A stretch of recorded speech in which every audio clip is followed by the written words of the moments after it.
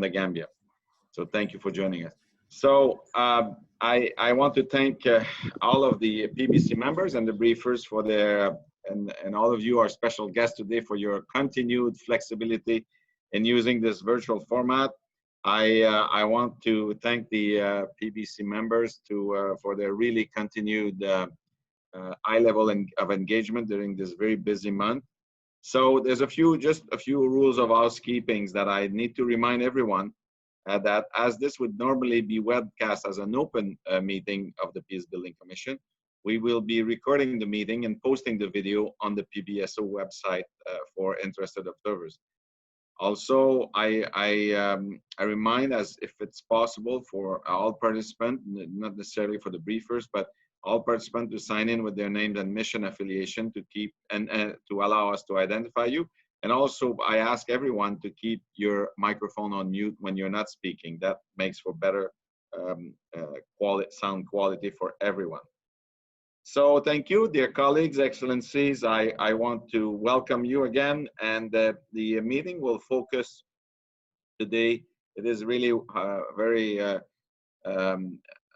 close to my own personal heart, the immediate and the longer term socio-economic implication of COVID-19 in the Gambia and the impact of the pandemic on ongoing reform processes, including transitional justice in the country. And so I want to say welcome to a special welcome at the moment, because we have very special briefers. I want to say welcome to His Excellency, Mr. Abubakar Tambadou, who is the Attorney General and Minister of Justice. So welcome back, Minister, to the Peace Building Commission. I also want to welcome His Excellency, Mr. Mamburi Nije, who is the Minister of Finance and Economic Affairs. And I want to also warm welcome to Mohamed Ibn Chambas, who is the Special Representative of the Secretary General for West Africa and the Sahel. Thank you, Dr. Chambas, to be with us. Ms. Serafine Wakana, who is the UN Resident Coordinator. Ms. Hélène Imnadze, who is the World Bank Resident Representative in the Gambia. Ms. Omi Sise, Manager of Discovery Tours, so the first tour operator owned by a Gambian woman and member of the board of the Gambia Chamber of Commerce and Industry. And I was pleased to note, allow me to say that, a graduate from Canada's famous Cape Breton University. Thank you and welcome, Ms. Sise. And I will ask at the end, we also have our friend, His Excellency, the Ambassador and Permanent Representative of the Gambia to the United Nations, Mr. Lang Yabu.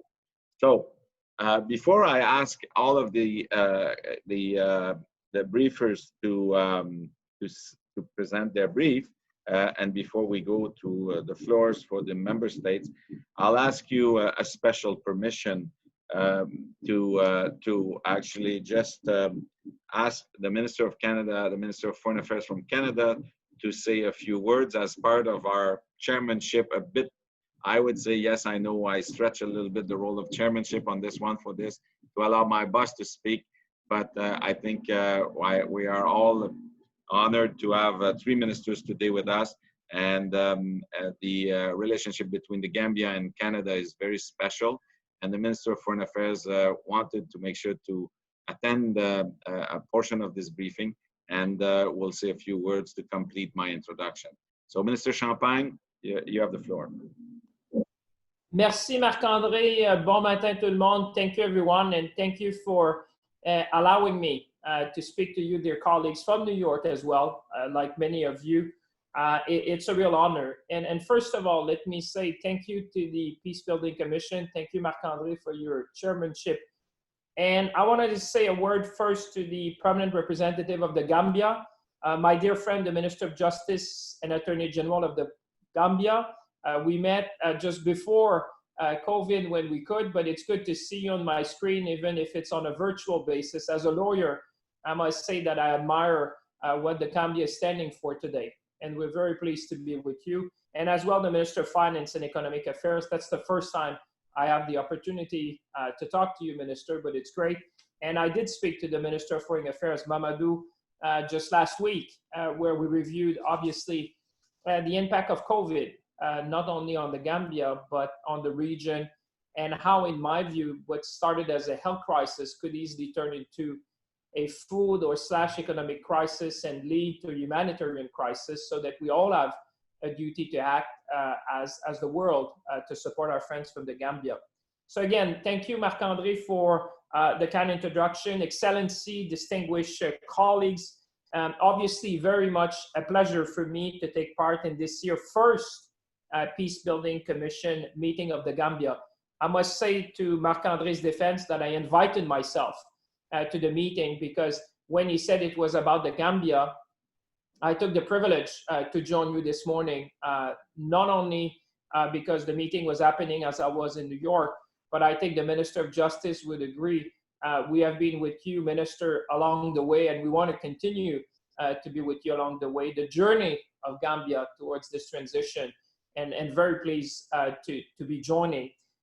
As you know, as 2020 chair of the UN Peace Building Commission, Canada is pleased to recognize the Gambia's sustained engagement with this body. And I think this is a very welcome opportunity to talk about the transition in Gambia this morning. We all know, colleagues, that since its peaceful democratic transition of power back in January 2017, the Gambia has made quite a significant progress towards reconciliation, long-term stability, restoration of the rule of law, and certainly prosperity. And for me, it's very important, Excellencies, because the pillar, for me, stability, predictability, and the rule of law are the pillars of prosperity wherever you are around the world. And I'm happy to see that Gambia has certainly taken that path toward restoring democratic institution, but also prosperity for the people. The Gambia has prioritized peace building to its focus on security, on reforming security, transitional justice, and human rights. And obviously, one thing which is fundamental, not only in Africa, but particularly, I would say, is the empowerment of women and youth in the country to be part of the new Gambia that is being built in the country. So Canada is obviously very pleased to support the priorities that have been set by the government, by the leaders, by the people, particularly to our contribution to the UN Peace Building Fund.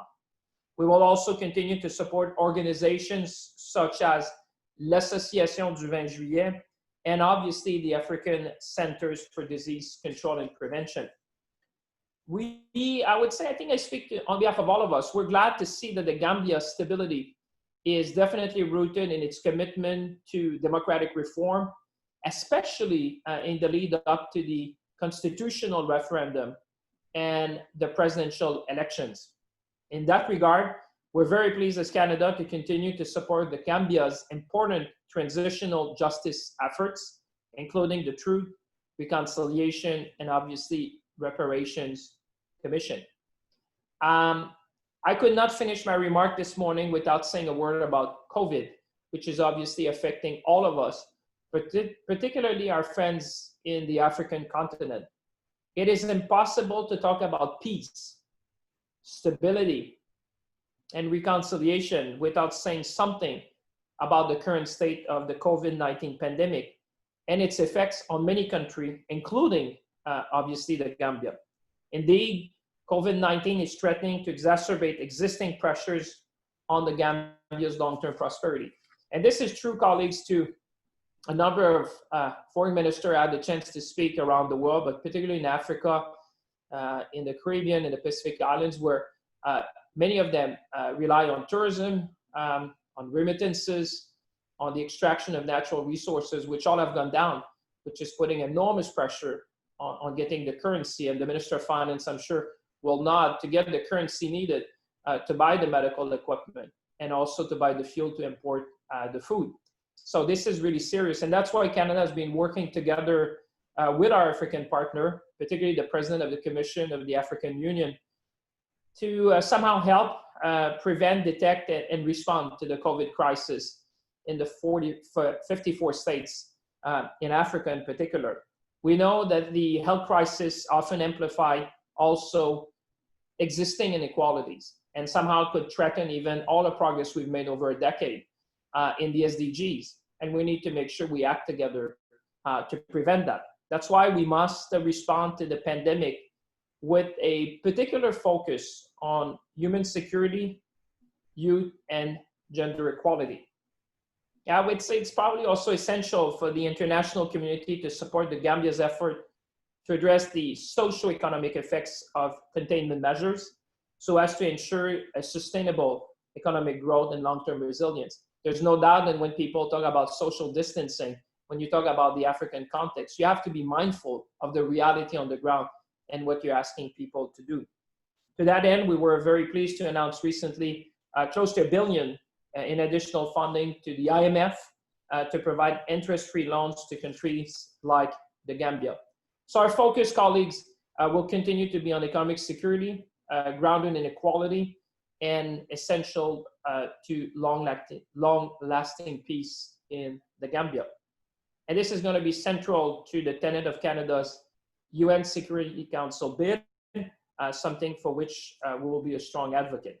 So in conclusion, and thank you for allowing me the time to speak this morning, the Gambia can count on Canada, ministers, permanent representative, as we will continue to work together with all the international partners which are here part of the Peace Building Commission to support the country in its response to COVID, to ensure that progress achieved towards its national peace building priorities can also be sustained. Ladies and gentlemen, I would just say that it's only together that we can make a difference. We are committed to do a difference. Let's seize the moment, let's be ambitious, and let's get down to work.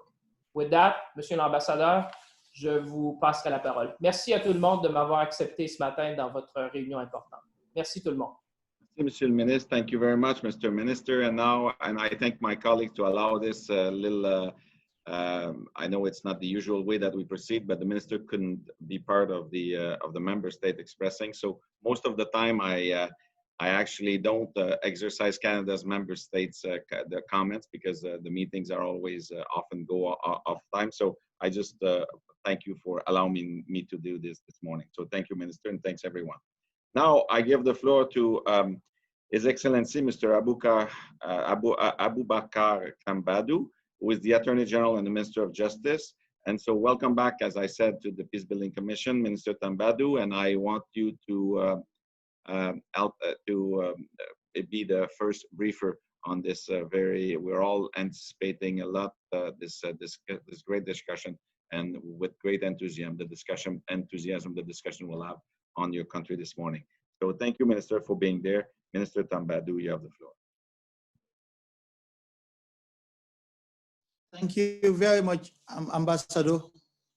It's a pleasure to see you again, and thank you to the rest of the members of the PBC who have joined this virtual meeting. Again, it demonstrates the commitment that the PBC and Canada in particular under its chairmanship has in making sure that the Gambia continues on its stable and steady progress towards a more democratic society.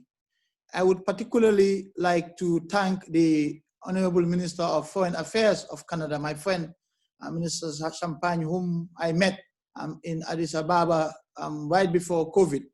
Ambassador, I have to say that even if you had not given him the floor, I would have insisted that you give him the floor before I speak.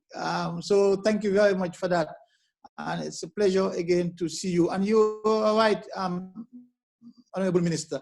Canada has been a very, very good friend of the Gambia historically, but more particularly since the change of government back in 2016, and has accompanied the Gambia in its transitional justice process and has provided tremendous support to us. We continue to rely on Canada's support, on the goodwill of Canada, and of course, your guidance, Mr. Ambassador, under your chairmanship. I will just summarize in brief what is happening here in the Gambia regarding our transitional justice process and our democratization process, and the impact that the COVID-19 pandemic has had on some of the activities that we have been engaged in. What we have done as a result of the pandemic is to identify activities that we know can still be carried out without necessarily breaching the emergency regulations that have been promulgated to impose restrictions in order to curb the spread of the virus, and adhere as much as we can to WHO guidelines on social distancing, etc. So in each area of activity, we have identified what could be done under the circumstances and what could it be done. And so I will read out to you very briefly a written statement that I have to highlight some of these activities and key milestones as well that have been achieved here since our last briefing with the PBC. The Gambia, like most other countries around the world, had responded to the COVID-19 pandemic by imposing certain restrictions. On 18th of March this year, of course, a state of public emergency was declared by His Excellency the President, which was subsequently extended. We are still under a state of public emergency here in the Gambia. As a result of this state of emergency, emergency regulations under the Emergency Powers Act were promulgated, imposing restrictions on markets and shopping areas, on non-essential public places, on educational institutions, on places of worship, and on public transportation. These measures, as you can imagine, have had a serious impact on the population in general, their ability to make a living, and of course on our transitional justice processes. The bright side of things, if I can put it that way, is that the final draft of the Constitution was presented to His Excellency the President on the 30th of March 2020. You will recall, members will recall, that the Constitutional Review Commission was tasked to review the 1997 Constitution and to come up with a new one based on consultations with Gambians at home here and abroad, and to reflect as best as possible the wishes and aspirations of Gambians. A bill for an act to introduce the new Constitution of the Gambia 2020 and to repeal the Constitution of the Gambia 1997 was on 28th of May 2020 published in the National Gazette without any amendments. The bill will again be published a second time 3 months after the first publication and introduced before the National Assembly at least 10 days after this second publication. We are hopeful that the bill will be presented to the National Assembly in early September 2020. The bill, of course, is required to be supported on the second and third readings by the votes of not less than 3/4 of all the members of the Assembly, and thereafter referred to the Independent Electoral Commission to hold a referendum within 6 months of such referral. This is where now the challenge comes in. And this must also be tied to the electoral cycle. As I'm sure you may be aware, the next general elections in the Gambia is due in December 2021, about 18 months from now. The issue of a referendum for the new constitution is, as I said, logically linked to the electoral cycle. My ministry is presently working on a review of our electoral laws. This followed consultations with all political players in the country, and recommendations that came out of those consultations are now being implemented in the form of amendments of our electoral law. I have to recognize the assistance of the UNDP in the Gambia and IDEA for their support to these consultations, which was done in the form of a workshop, a seminar, where we invited all the political parties registered in the country and the Independent Electoral Commission. Before we could proceed to elections next year, 3 key things must necessarily take place. There has to be a new voter registration exercise, 1. 2, there is likely going to be a demarcation of constituency boundaries. And 3, the referendum for the new constitution to be adopted. Now, all 3 activities require intensive public interactions and engagement. The COVID-19 restrictions has unfortunately impacted on the time frame for the above activities. I have, however, engaged the Independent Electoral Commission on these issues, and a task force has been constituted to work on a roadmap. Resources would have to be allocated in the 2021 budget for these activities to commence. In my consultations with the Independent Electoral Commission, they did emphasize that all 3 activities, if they are started at the beginning of 2021, i.e. January 2021, they are confident that all 3 activities can be completed by June 2021. That means at least 6 months before the presidential elections in December. It is absolutely important, and I will underscore this point, that these activities are undertaken within that time frame. As we all know, elections are a very sensitive matter everywhere, but particularly in sub-Saharan Africa, and more so in a new democratic Gambia, where this will be the first time that elections are being held under a democratic government over the past 2 decades. It is a very, very important process. A lot of political parties have now been registered. The political tension will only increase from early next year if it has not already increased now. And it's vitally important that these activities are carried out in a credible manner, And that is why we invited all the political parties to come together and to brainstorm over the reforms that we intended to make, because we believe that when they take ownership of this process, they're likely to accept the outcomes. And so this is where we are, and they are all happy with their participation in this.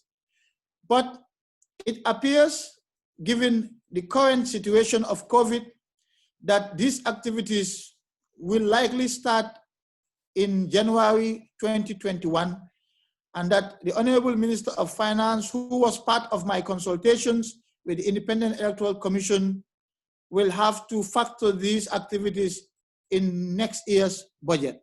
I am sure he will have a few things to say about this as well, and more particularly about the economic constraints that the country currently faces in view of the COVID pandemic. In terms of the Truth and Reconciliation Commission, the commission, following the declaration of a state of public emergency, had suspended its proceedings while awaiting further guidance from our health experts.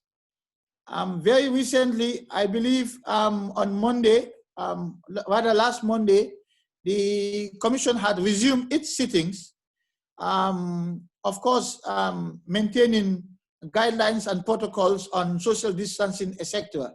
They have limited the number of people who could go and sit in the proceedings, and they have reduced the number of commissioners who can preside over each hearing session. However, what has stopped is the commission's other outreach activities and efforts in the interior of the country. those activities cannot be undertaken under these circumstances because of the restrictions imposed by the government as a result of the COVID pandemic. But hearings have continued. The Truth Commission had initially planned to conclude its public hearings by the end of this year. However, because of the suspension of hearings over the past 2 months, this may have an impact on the timelines that have been given by the Truth Commission. We will have to wait to hear back from them in terms of their new projections on the timelines. What may also be important to bear in mind is that we are aware that funding by the PBF for the Truth Commission will end at the end of this month in June. Now, of course, given the pandemic and given the need for the finance ministry to divert resources from different budget lines to address the COVID-19 pandemic, it may be difficult for the government to absorb this change in terms of support that the PBF has been given to the Truth Commission.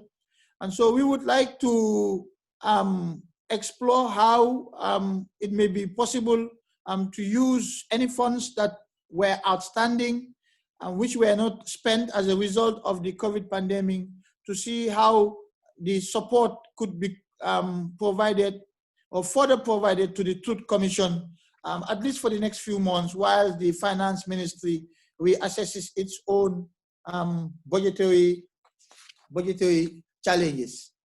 The National Human Rights Commission has been active since the pandemic. They have written to government making a number of recommendations which the government has accepted and has acted upon. Key among this is the fact that the prisons needed to be decongested. So in April 2020, His Excellency the President pardoned 121 prisoners as a measure to decongest our prisons and to prevent the spread of the virus in our prisons. Also, 96 remanded inmates were granted bail. The Ministry of Justice worked closely with the judiciary and the National Agency for Legal Aid and the Gambia Bar Association to facilitate this bail process. As a result, 96 inmates have been released. And those charged with more serious offenses and who couldn't be released on bail are being accorded the opportunity to have their cases heard through virtual hearings introduced by the judiciary, but with assistance from the UNDP.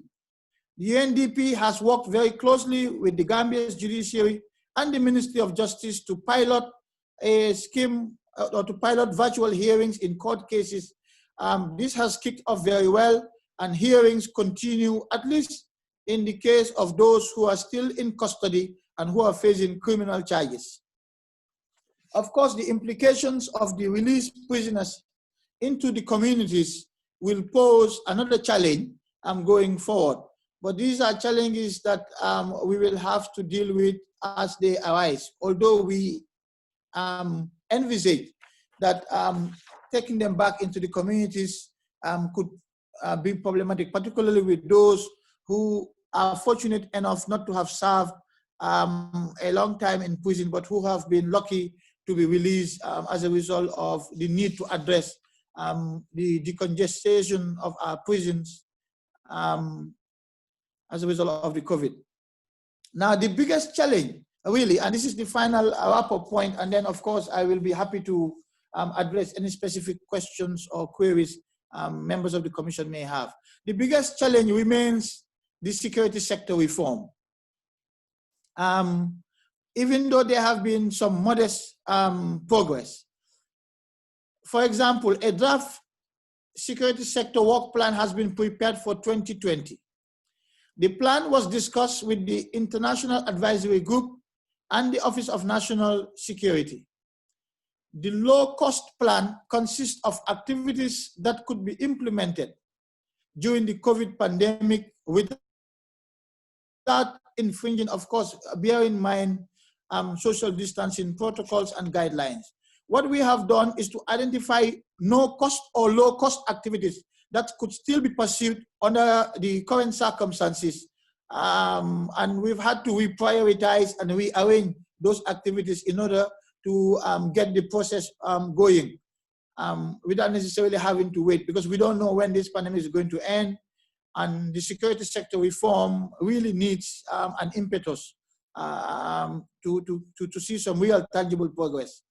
I'm also happy to report that a vetting agency will soon be constituted.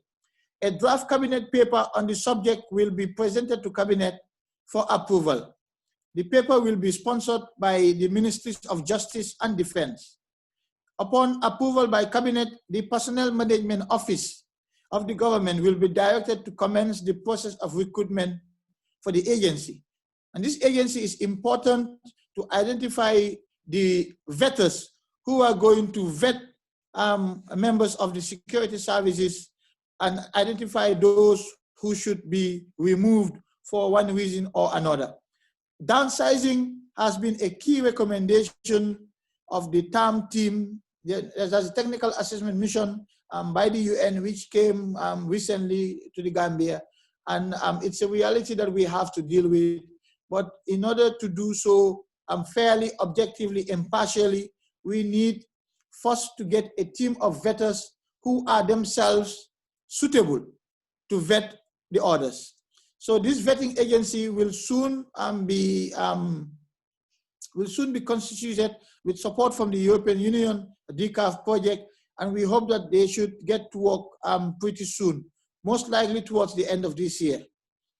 A preliminary report on the Peace Building Funds project's terminal evaluation was Monday, 8th of June, presented to the Security Sector Reform Steering Committee by the consultant. This is the committee that I chair on behalf of His Excellency the President, and which also includes other key ministries such as Interior, Defense, Finance, Foreign Affairs. Although this report is not yet final, the consultant has identified a number of key recommendations, including a review of the coordination approaches of the Office of National Security, which continues to play a central role in this SSR project. Subjecting security personnel who are accused of human rights violations to due process of law. That government should expedite the downsizing of the security forces, and of course, enhance coordination of oversight bodies. Indeed, the COVID situation has provided an opportunity for coordination mechanisms to be tested by the different security services. We have had some modest progress to report on. Following approval for disbursement of funds to cover food, fuel, and other logistical materials to the various security services, we are beginning to see coordination, greater coordination among them in terms of assisting in implementing the restrictive measures that have been imposed by the government, particularly along the border areas of the country. We have also seen greater coordination in the provision of assistance to vulnerable communities by members of the security services. So the COVID-19 has obviously created a platform for us to test to an extent the some of the theories that we have been brainstorming over the past 3.5 years, and some modest results. I think some modest progress has been achieved. Mr. Chair, Ambassador, maybe I have taken too much of the time. I have other issues to report on, but those are not very, very fundamental. What perhaps I will do is stop here, and maybe I will get another opportunity when questions are being raised by other members of the Peace Building Fund. But allow me to thank you and to thank all the members of the Peace Building Commission who are present in this meeting for their continued support to our transitional justice process and our democratization efforts here in the Gambia. Thank you, Mr. Chairman. Thank you very much, Mr. Minister, for your very candid and clear remarks. And it's an inspiration also to see the reaction of your government and what you're trying to do in light of the difficult situation. So thank you very much. And before I give the floor to the Minister of Finance and Economic Affairs, I have a special, I saw by looking at the list of people that were participating in our meeting that we have the presence on at least on audio of, and it warms my heart so much because we're such good friends and I have such fond memory of him. The Minister of Foreign Affairs of the Gambia, Mamadou Tangara, Minister, is with us and listening to us. So Mamadou, if you hear us, I just want to say thank you, and if you can just say one word to say thank you, or that you're there, that you can just now, before I give the floor to the Minister of Finance, but your choice.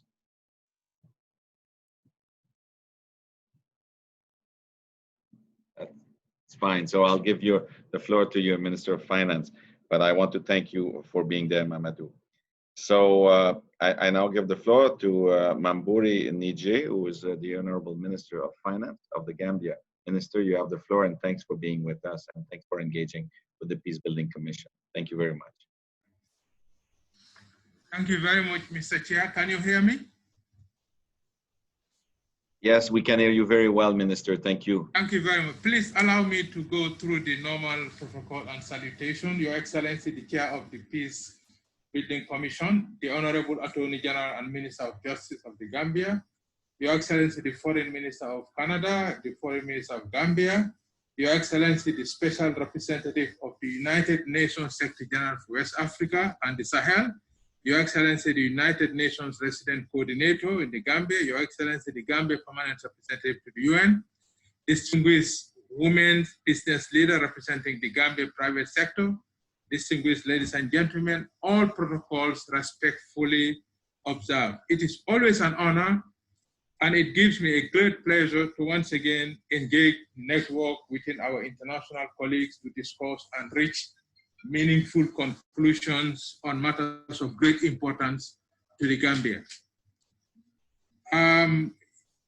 Impact of COVID in the Gambia, that's the socio-economic impact that I just want to highlight a little bit. Undisputedly, COVID-19 has emerged as one of the most significant developmental challenges of this century, and to a large extent, the challenge has been manifested as a reduction in economic activities and a loss of earnings. The estimated decline on our revenue stands at about 2% of our GDP, that's equivalent to about, in our local currency, about $2.3 billion is equivalent to almost $400 million US. Subsequently, this negative impact on COVID-19 has subdued achievements towards the National Development Plan, that's our National Development Plan, that's 2018 to 2021, the objectives as well as towards the Sustainable Development Goals 2030. In other words, COVID-19 is being felt in all sectors in our economy, particularly in health, food security, tourism, transportation, government revenue, remittances, trade, business, enterprises, and education components of the economy.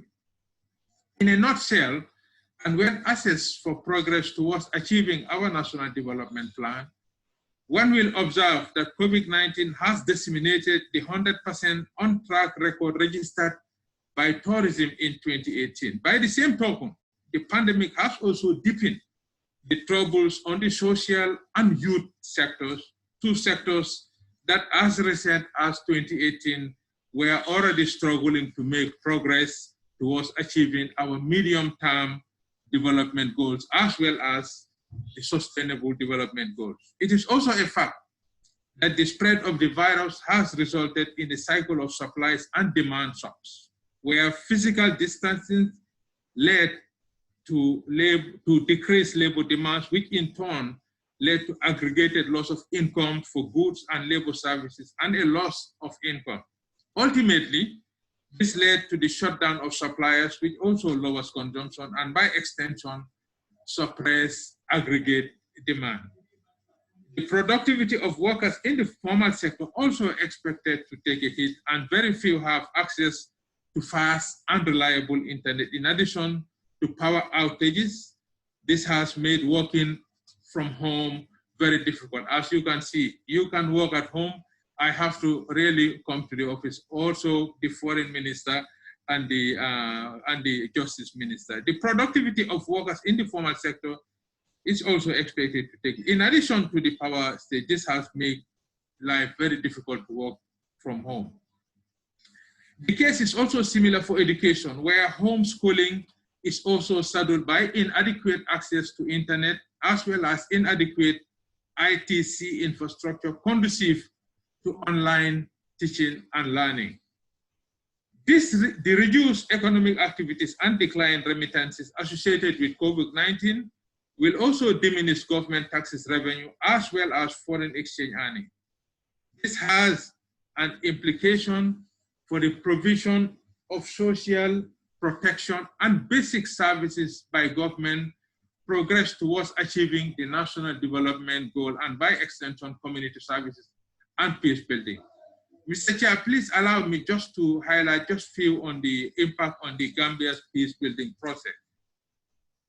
At the peace building front, kindly allow me to state that indeed COVID-19 poses a clear danger to the commendable investment made in the Gambia's peace building agenda, particularly within the priority areas of transitional justice, security reforms, youth and women empowerment, social cohesion and inclusivity, resolutions of land conflict, climate change, and indeed pension, press freedom, and human rights. Additionally, we must also bear in mind that inequality which emerges from COVID-19 itself or from government-led preventive measures has a huge potential to threaten peace building and social harmony in the country. The peddling of fake news and rumors mongering in the absence of credible COVID-19 facts and figures are also pose a threat to the Gambia's burgeoning democracy and peace building. Social disharmony, especially at the household level, is expected to rise with women bearing the greatest risk. In this case, the challenge to women is usually due to convergent stress factor, that is reduced income if a petty trader, increased burden of child care due to school closure, and increased burden of caring for sick household members, especially those with chronic non-communicable disease. For men, they are more prone to commit gender-based violence due to stress factors such as employment and the need to adhere to physical distance rules, which keeps them at home. Psychosocial support will be key to addressing this menace. Although slowly resuming normalcy, the closure of places of worship due to COVID-19 physical distances has also diluted the potential to forge links and bonds within the community, which in turn increases social cohesion and reduces the likelihood of social tension. The government's response to COVID-19, Your Excellency, distinguished ladies and gentlemen, it must, however, be emphasized that the impact of COVID-19 is not all that negative as far as the Gambia peace-building agenda is concerned, anchored on the triple platform of containment and prevention measures, so 2, social protection, and 3, continuity of government and the economy, and as a deliberate pro-poor move. Government has reoriented the 2020 budget to focus on food security, health, education, and social and other social protection ventures.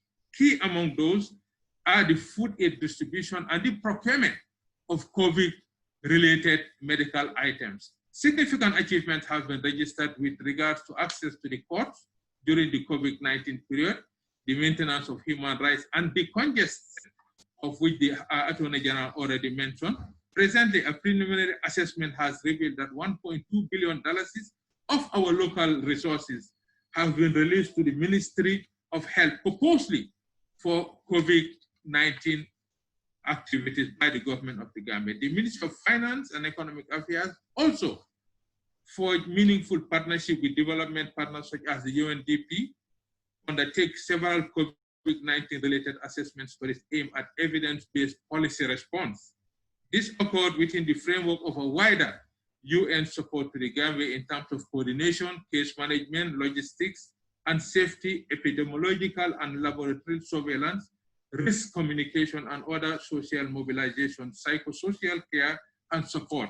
Meanwhile, resources have been mobilized through partnership with our traditional donors and agencies, and I am pleased to observe that this is being implemented by private sector and community level fundraising. The medium term, in a short, the recovery agenda as the Gambia marches towards the medium term and guided by the principles of building back better, as well as our peace building agenda. We are pleased to invite all partners to note that we remain committed to planning and implementing the conflict-sensitive programs that reduces inequality in society and requires community to rebuild their economies and health systems and to restart education and social life in more participatory and inclusive manner.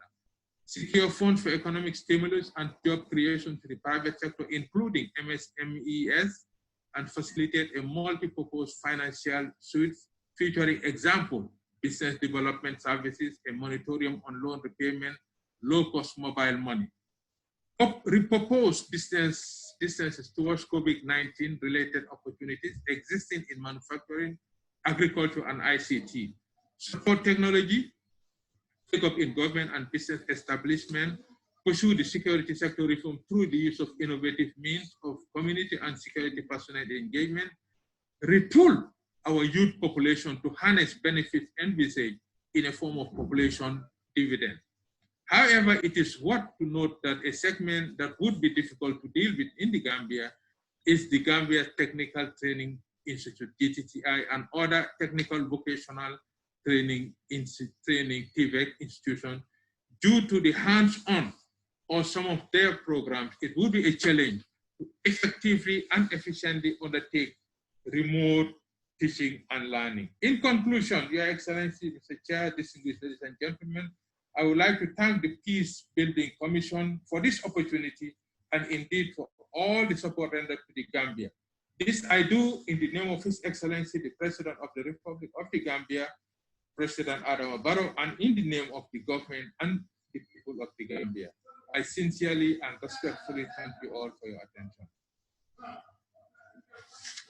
Thank you very much, Mr. Naiji, for your words and for all of the great work that you're doing. And thank you, and outlining also the challenges in a very, very plain manner, and also the congratulations for the actions that you're taking. Now I want to give the floor to a very close friend of the chamber of the Peace Building Commission, and a very close friend as well of the Gambia, the special representative of the Secretary General for West Africa and the Sahel, Mohamed Chambas. Dr. Chambas, you have the floor, and thanks for being with us again. Thank you very much, Mr. Chairman. Honorable ministers, ambassadors, distinguished ladies and gentlemen, I hope you are all well and safe.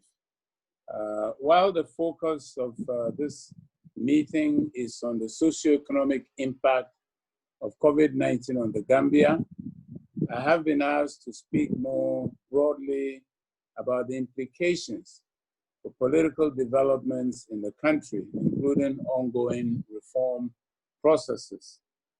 In this regard, I would like to commend the government and people of the Gambia for their proactive handling of the pandemic. At the early stage, Gambians across the board came together in support of the government's comprehensive response package. And I should say up to now, the rate of infection in the Gambia remains one of the lowest in the region, and indeed across Africa. Yet, in recent weeks, it seems that the initial consensus has been somewhat tested.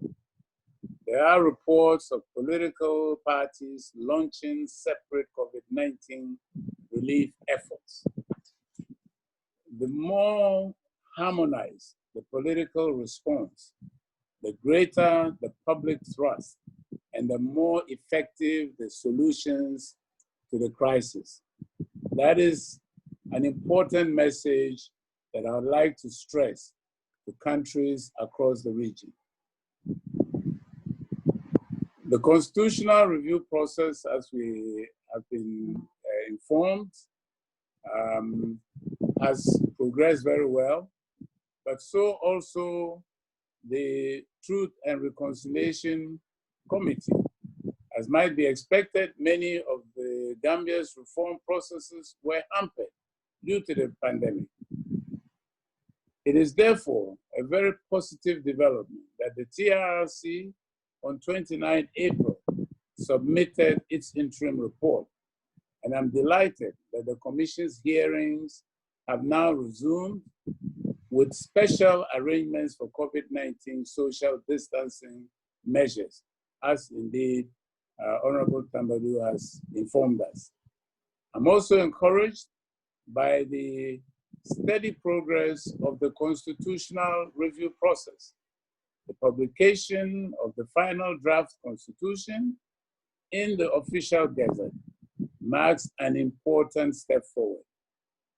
As you are aware, the proposals contain several provisions designed to fortify democratic governance by strengthening parliamentary oversight over appointments, abolishing the presidential prerogative to appoint members of the National Assembly, and reintroduces a 50+1 absolute majority for the presidential elections. It also broadens access to citizenship and seems to have found a careful balance on the contested issue of secularism. As Minister Tambadou also stated, a priority going forward is the publication of clear timelines towards the referendum on the final draft constitution and the 2021 elections, including, of course, the financing of voter registration and other elements of the electoral cycle. The completion of electoral reforms prior to 2021 polls will be another prerequisite for creating an enabling environment conducive to sustaining peace, security, and stability in the country. More efforts are needed by all national actors involved to get the security sector reform off the ground. It is my hope that the SSR high-level stakeholders meeting, a key recommendation of last year's joint SSR technical assessment mission, can be held in the coming months, while adjusting, of course, to the format to comply with COVID-19 situation. Another priority area is for political party dialogue and consensual building to be strengthened.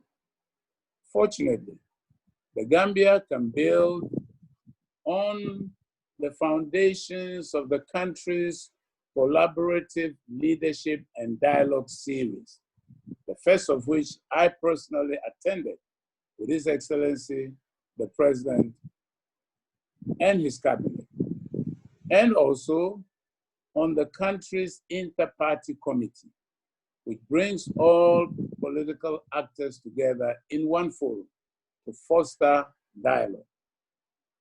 Pending a resumption of deliberations in persona, alternative means of facilitating interaction and transmitting messages need to be explored urgently.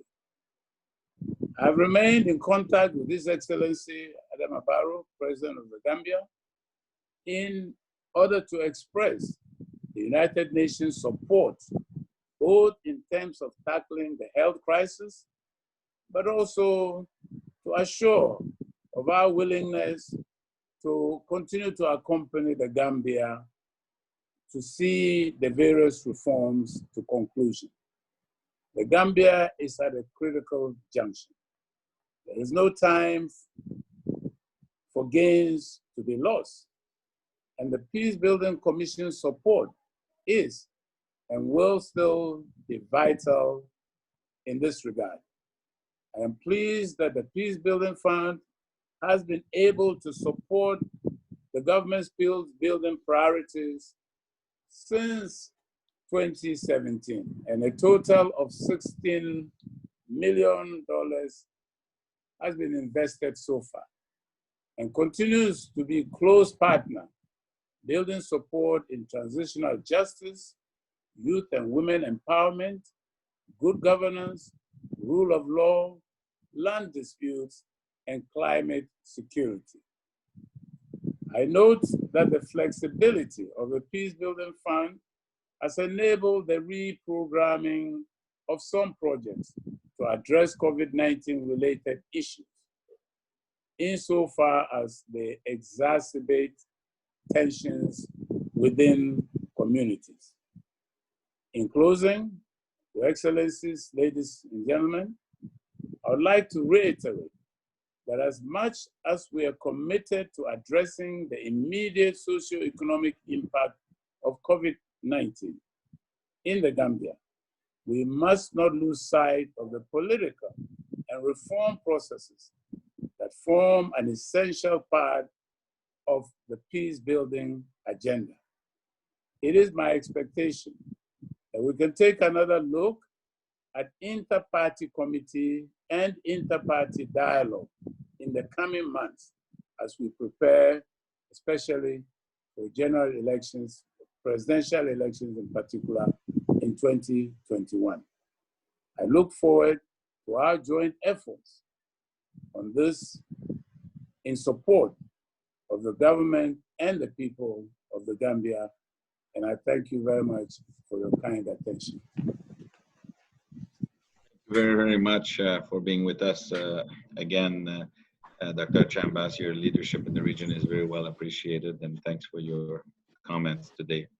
I will now give the floor to Ms. Serafine Wakana, who is the UN Resident Coordinator. Thank you very much, Your Excellencies, distinguished ladies and gentlemen, all protocols duly observed. I'm very pleased to be part of this Peace Building Commission meeting on the socio-economic impact of COVID-19 in the Gambia. I would like to start by commending the Peace Building Commission for its support to the country since the political transition in 2017. Thank you to SRSG Chambers. Thank you to Minister of Finance, Minister of Justice, for setting the tone on the ongoing peace building efforts in the Gambia and the potential implications for governance and peace building. I would also like to commend the Peace Building Commission for its reorientation to engage on socio-economic impact of the pandemic. This is indeed timely and the confirmation of the Commission's commitment to supporting member states as effectively as possible.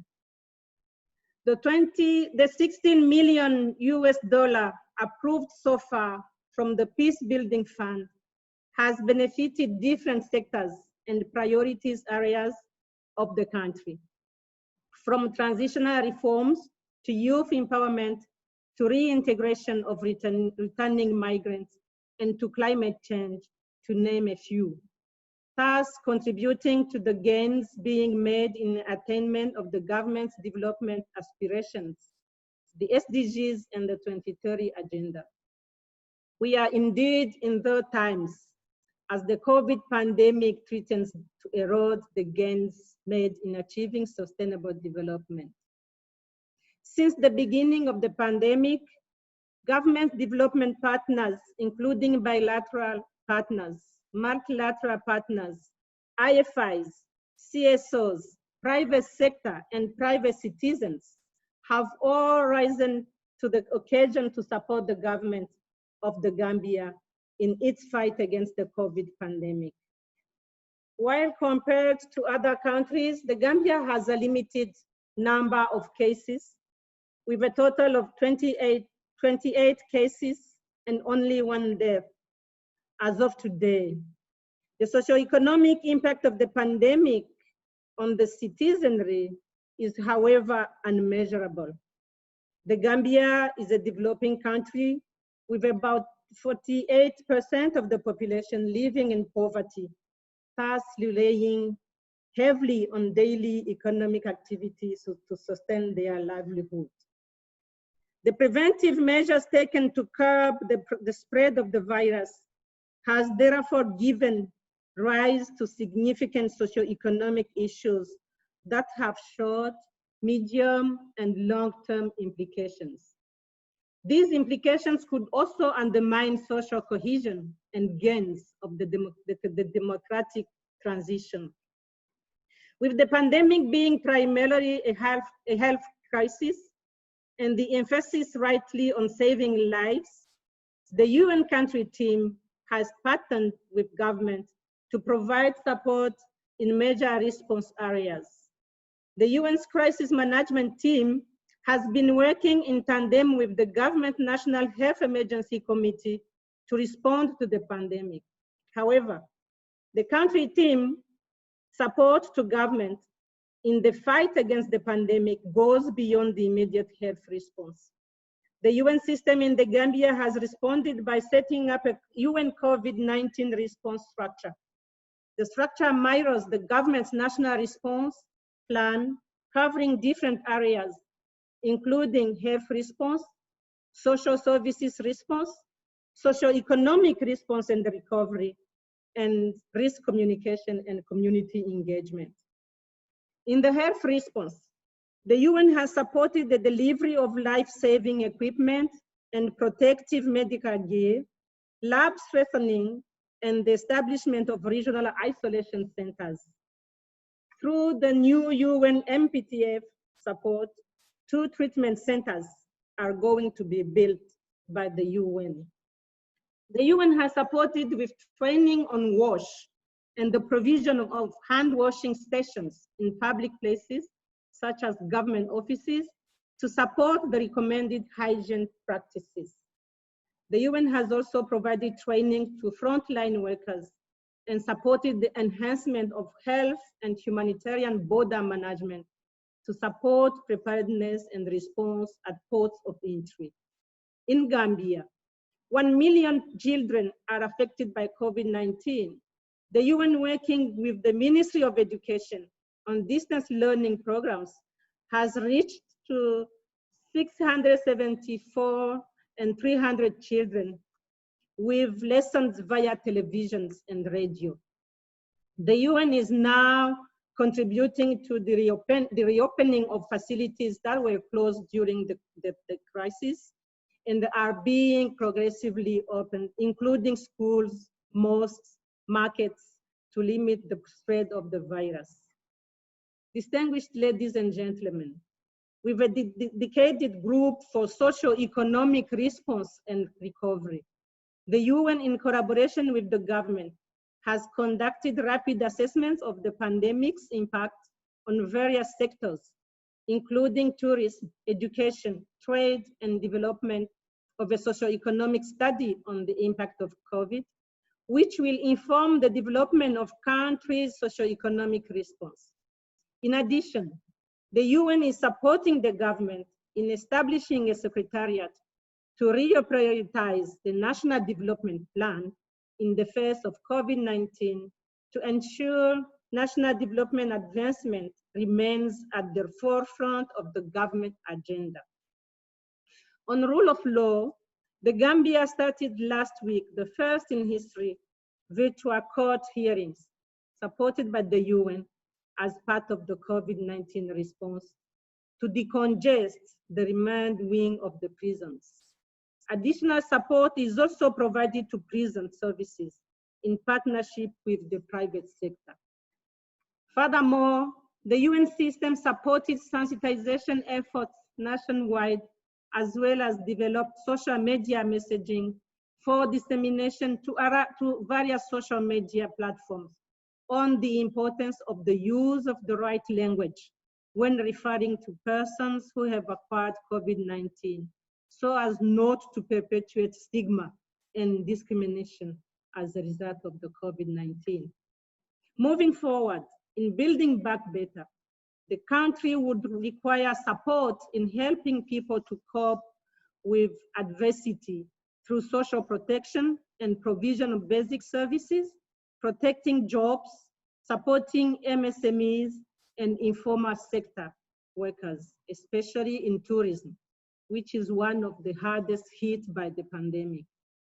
The government will need additional support to address the compounded problems brought about by the pandemic, including support that are the people first, to safeguard lives and livelihoods, especially for women, children, and other vulnerable groups.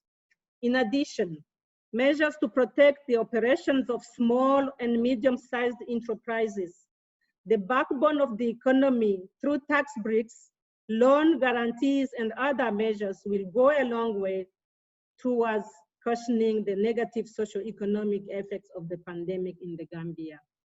Building resilience in livelihoods in urban areas will also be an important area for support, considering the topic of insufficient employment opportunities has always been cited as the main push factor for young Gambians to migrate irregularly.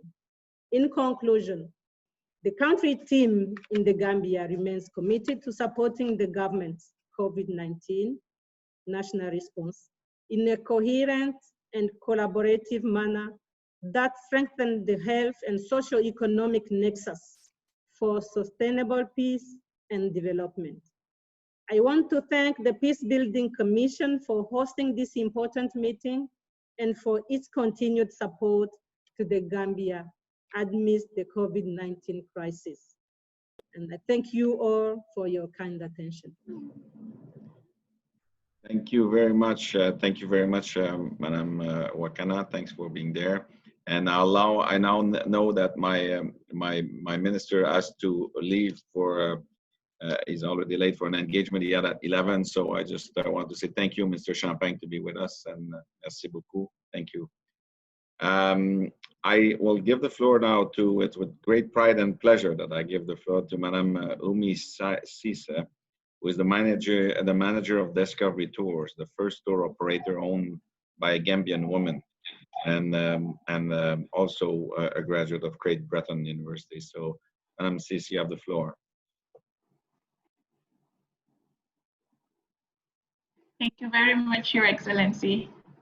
And Your Excellency, Mr. Blanchard, the Chair of the Peace Building Commission, Your Excellency, the Foreign Minister of Canada, who unfortunately just left, Honorable Ministers of Justice of the Gambia. He's still there, he's still there, Madam, he's still hearing you, so yes. I wanted to hear you. I wanted to, a woman entrepreneur of success, I wanted to hear your story.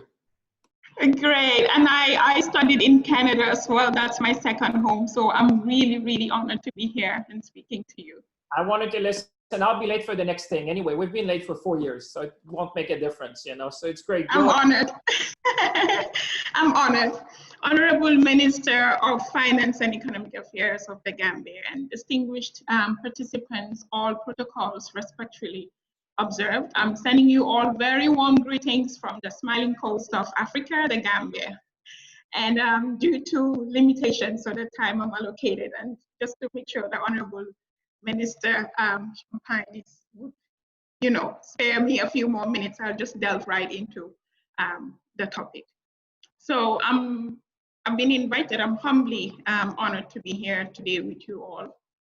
And to speak on the topic of the impact of COVID-19 on economic activity and trade, but particularly relevant to women and youth-owned businesses of the Gambia.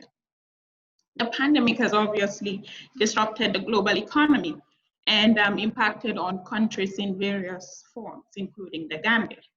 And whilst the government has and continues to work on minimizing the effects of the pandemic, including the private sector. What this pandemic has done is it's highlighted the vulnerabilities and inadequacies of various sectors and specific groups in our community. Most notably, the health sector, of course, and our state of preparedness in an emergency, but also in the areas of trade and dependency on an import-driven trade economy. The impact on agriculture and tourism, both critical in our economy, and the latter, tourism, which contributes approximately 20% of our GDP, have been severe. Traders of imported goods have experienced irregularities in their businesses and income, as well as shortages and delayed supplies of basic commodities like yogurt and milk, basic commodities that we usually export. Whilst the majority of stakeholders in the tourism industry, both formal and informal, have experienced a total shutdown and huge loss of income since March 2020, some businesses, including mine and many other in the tourism industry, have experienced zero income since March 2020.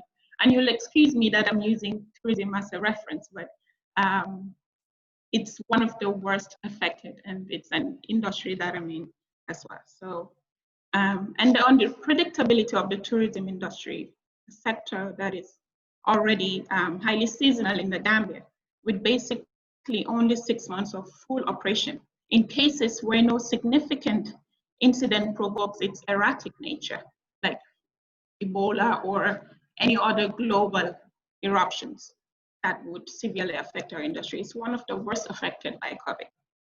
Formal sector stakeholders, including tour operators, hotels, restaurants, and bars. Informal sector operators, including artisans, tourist taxi drivers, fruit and vegetable sellers, retailers, etc., whose livelihoods are directly or indirectly dependent on tourism, are currently living very, very difficult moments. The future is bleak at the moment, and it's an industry where movement and physical interaction is required.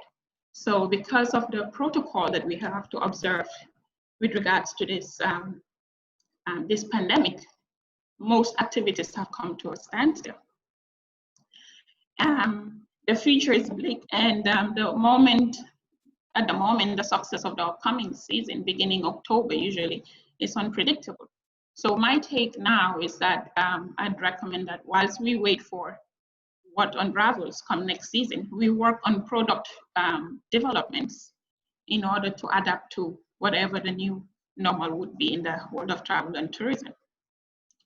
And let me also highlight the fact that senior positions in tourism in the Gambia, in the formal sector, are still predominantly composed of male, even though this is gradually changing. And even with a lot of women dependent on tourism, they are mostly found in the informal sector. We had in recent times witnessed an increase in registered, and I stressed on registered, micro and small to medium scale enterprises, with a significant number of these having been set up by youth entrepreneurs.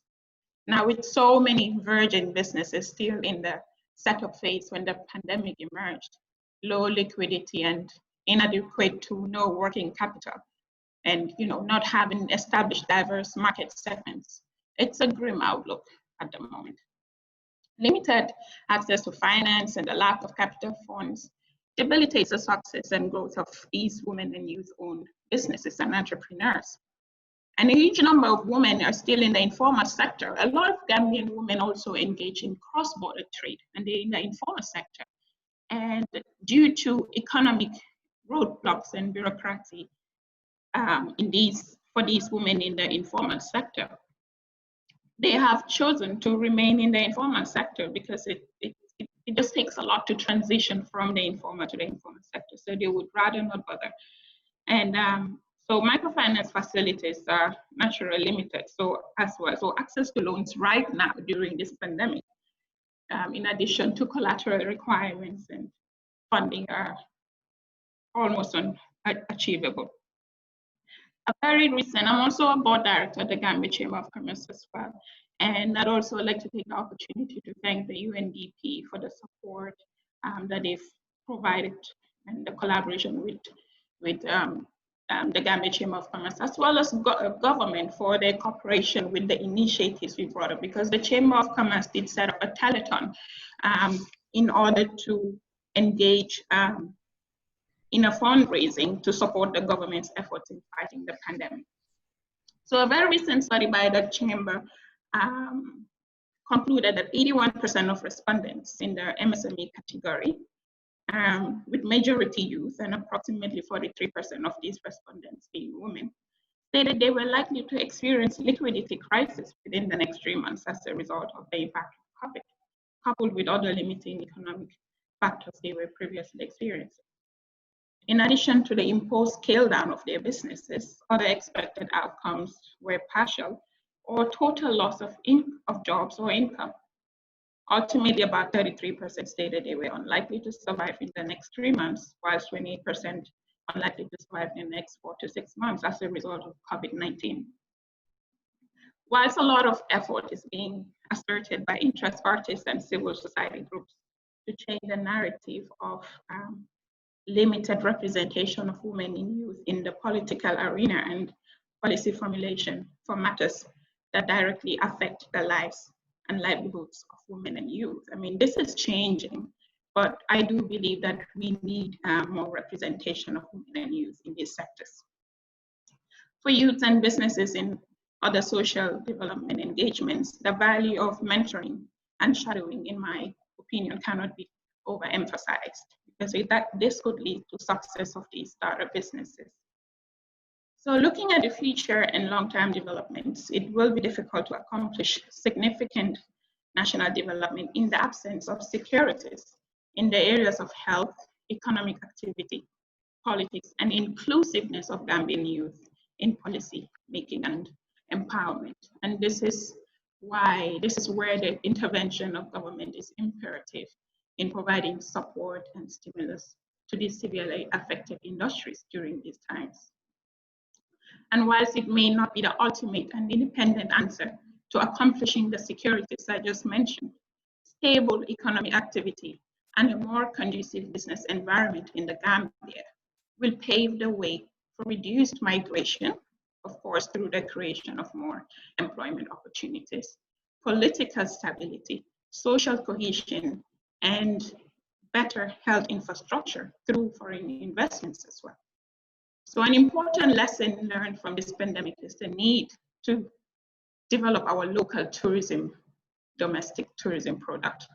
And in terms of agriculture and other industries, we must work towards self-sufficiency and food processing to reduce the trade deficits and also for sustainable social and economic development. The promotion of indigenous businesses will be key to strengthening our local economy and guaranteeing a peaceful, politically and economically friendly environment that empowers our women and youth. And this would also help us in achieving our sustainable development goals. So I had been asked to speak for just 5 minutes. I think I'm running down to a little over it. Once again, Your Excellencies, I am quite honored to be here today, and I remain should you have any questions. Thank you very much. Thank you very, very much for sharing the situation and the challenges you're facing and how you intend to use this time. It's very inspiring. Thank you very much for doing that. And I now give the floor to the member states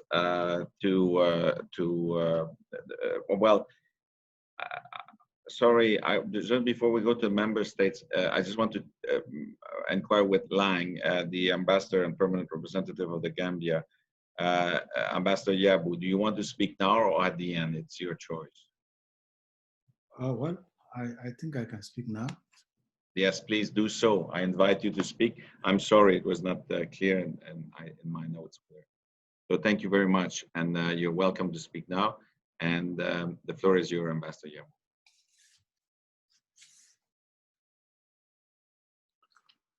Mr. Chair, Excellencies, ladies and gentlemen, it is with a great sense of joy to see you all virtually looking well as you recommit yourselves to the cause of sustaining peace and development in my country, the Gambia. Indeed, it is an honor to have all of you on this virtual meeting. My profound gratitude goes to my brother, the Care of Peace Building Commission, His Excellency Marc-André Blanchard, Ambassador and Permanent Representative of Canada, for responding favorably to our request for convening today's PBC briefing on the situation in the Gambia concerning the ongoing peace building, development, and sustaining peace under the unfortunate circumstances of COVID-19 pandemic. We are grateful in this regard to have had the positive and goodwill message by Mr. Francois Philippe Champagne, Minister of Foreign Affairs of Canada, who gracefully joined and chaired the first half of this meeting. I also want to thank my own foreign minister, who has taken time from his busy schedule to join us to listen to the conversation. And I also want to seize this opportunity to convey his apology for not being able to take the floor because of prior engagements. Unfortunately, he had to leave for another meeting. I thank the Commission and all colleagues for the outpouring support and interest you continue to offer, and for not ever turning your back on us, particularly during these trying moments. In the same vein, I wish to reiterate the government and the people of the Gambia's continued appreciation to Assistant Secretary General Oscar Fernandez Taranco and the entire Peace Building Support Office for their tireless engagements on the Gambia. I wish to extend similar accolades to our very distinguished experts of the issues worth paying attention to in the Gambia and the sub-region, His Excellency Dr. Muhammad Ibn Chambers, the Special Representative of UN Secretary General for West Africa and the Sahel. Mr. Kea, in an effort to consolidate the peace gain and to diversify our socio-economic development agenda, it is imperative to understand and realize the interlinkages between sustaining peace and development in our context. The timely, innovative incorporation of the socio-economic development into sustaining peace in the Gambia cannot be overemphasized.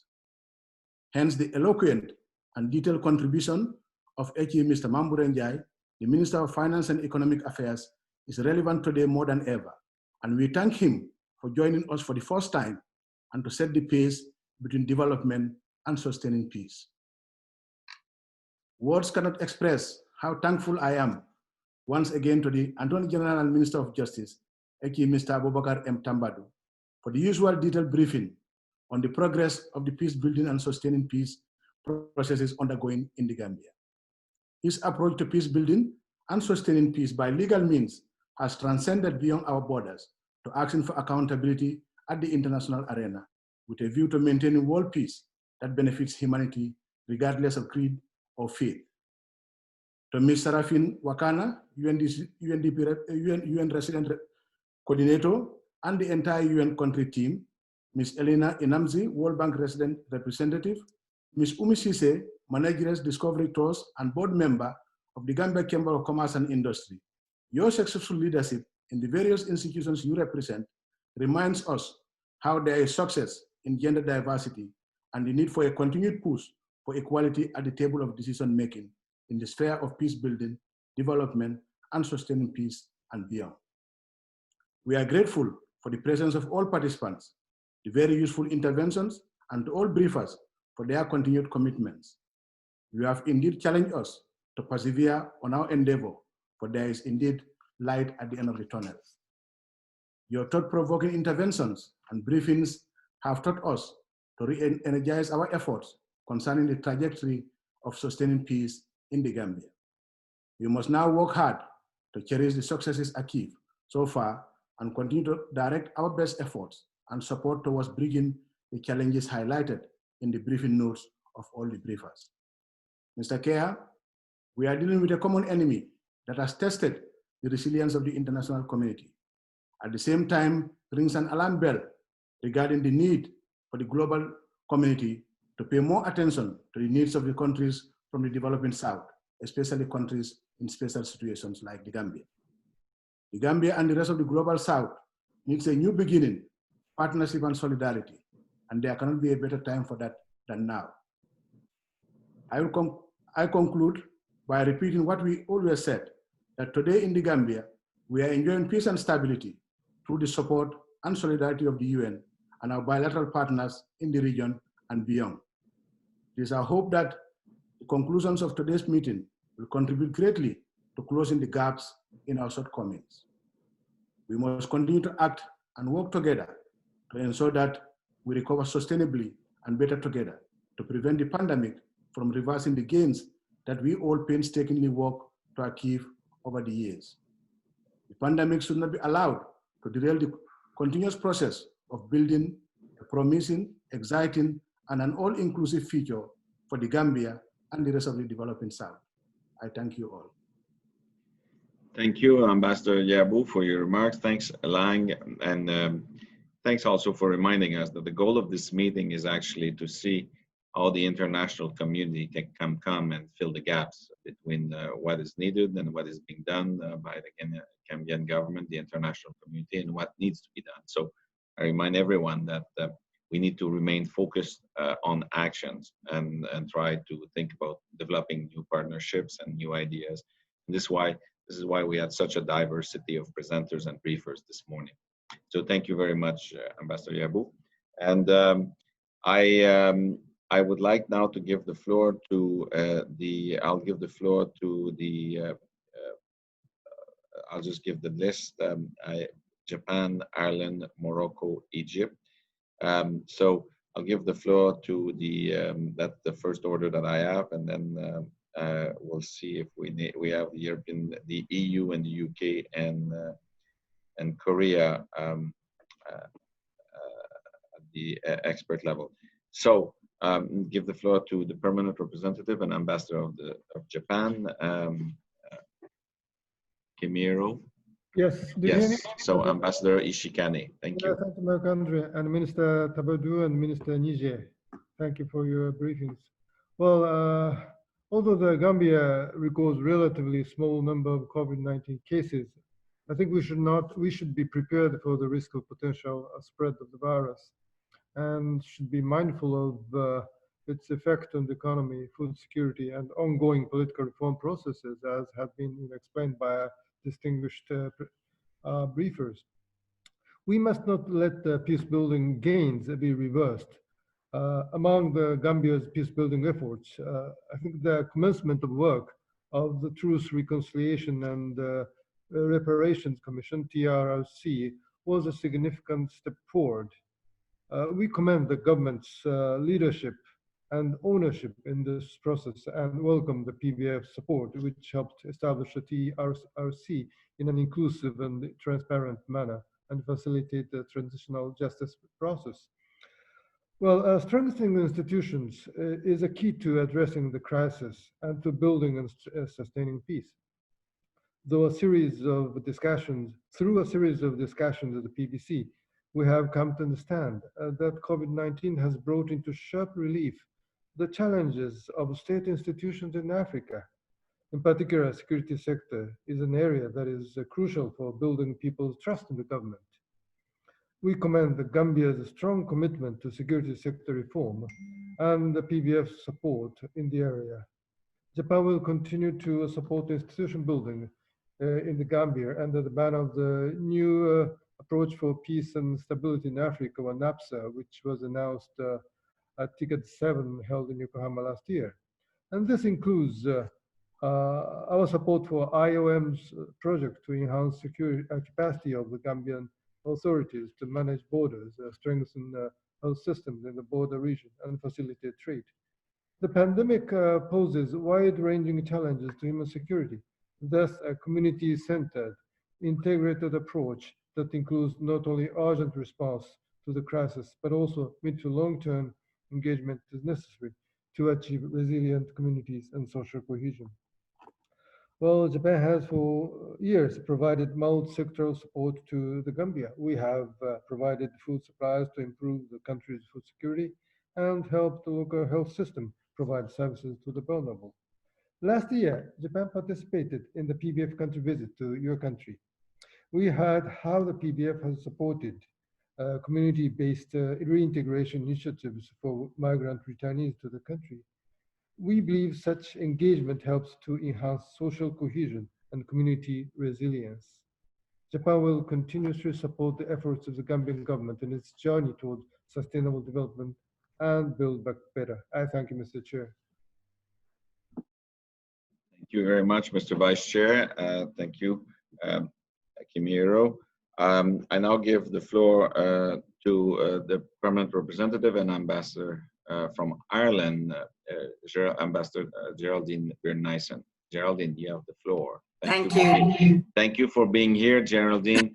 I know it is for both of us, but I just, from the bottom of my heart, I thank you. And this shows the commitment of Ireland towards the Gambia for you to be here today in such a time where you are so close to the election for the Security Council. So thank you, Geraldine.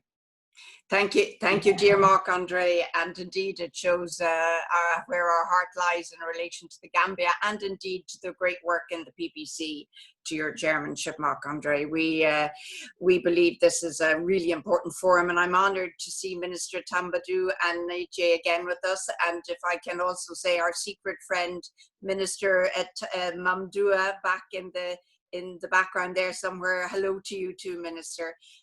Look, I've been deeply impressed by the comments we've heard this morning, but we're obviously here in the PBC because we need, as the SRSG Chambas just said to us, we need to recognise that the Gambia is now at a critical juncture, and that this is not the time to lose pace, and certainly not the time for those of us who support you on an ongoing basis in the international community to take our eye off what are really important steps now in the Gambia.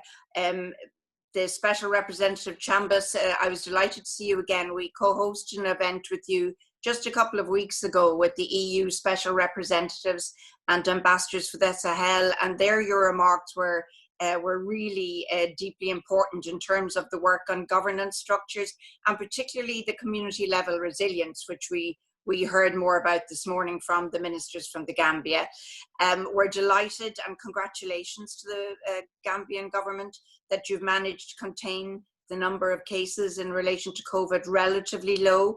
It's a great leadership demonstration on your part, but frankly, we've heard from you clearly this morning that those steps come with a cost, and we are very sensitive to that. The impact on the economy, micro and macro levels, and what we heard wonderfully from our speaker from the tourism ministry, just how seriously and how deeply this impacts on you. Our concern, of course, is also that this impact in a way is interrupting a very important job you have in terms of your ongoing peace building, in particular in areas like transitional justice. We are fully behind, almost I could say, frankly, your exemplary progress in that area, and we want to continue to see that COVID doesn't actually interrupt you. We know that you've been very active since we last spoke in October about the Truth, Reconciliation and Reparations Commission, and Ireland has been very happy to accompany you in that. We've contributed $250,000 through UNDP for a particular project I'm very proud of. It's supporting victims of sexual and gender-based violence and their participation in your commission. I'm delighted as a woman and as a friend of the Gambia to see that you've had 45 women testifying, and I see also that 90% of the Gambian population surveyed last year, or this year, sorry, feel that your Truth and Reconciliation Commission is working very well. That's quite an extraordinary result and well noted. You know, we in Ireland, this week it's Yeats Day, and W.B. Yeats said peace comes dropping slowly. And frankly, we know that well in Ireland. We know this is not an overnight process. We've seen it in our own experience. Sustainable peace takes time and takes support. So the real question, briefly, as I conclude, is to ask, what can we do usefully here in the PBC to help you? I just mentioned two areas that seem to me to be both fitting with what you've described as your current challenge, but also where we can bring added value to you in a way that would suit you. The first is the working on partnerships. I'm particularly impressed by the partnership I know exists between the Gambian Health Ministry, the IOM, and the Gambian Red Cross Society, where you have over 1,500 community leaders in border communities, over 100 border communities, working together on the ground. I will highlight again, we've always talked about this when we meet, the role of women and youth in those can not just help minimize the spread of COVID now, but frankly, I think play that pivotal role towards peace building that you keep your eyes so keenly focused on. The role of youth in the COVID situation shouldn't really be underestimated. We know your continent is the continent of the young, and we want to make sure that you put that asset to use. But of course, I also know that Gambian women are playing a critical role, and your wonderful ambassador, dear Lang, and I have done some exceptional work, if I may say so, Lang, in relation to the role of Gambian women in your peace process.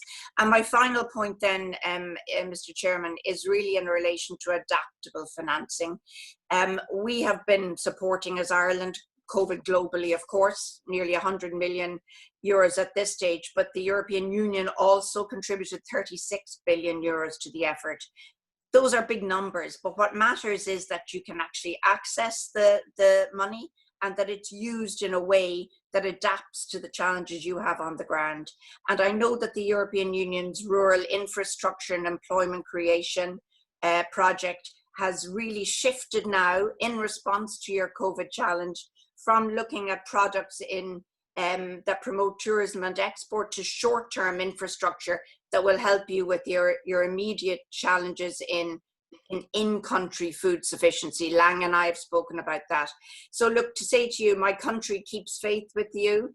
We do it both out of a sense that you are a country that has absolutely every right to expect international support, but particularly a country where my own country, Ireland, feels a particular affinity with you.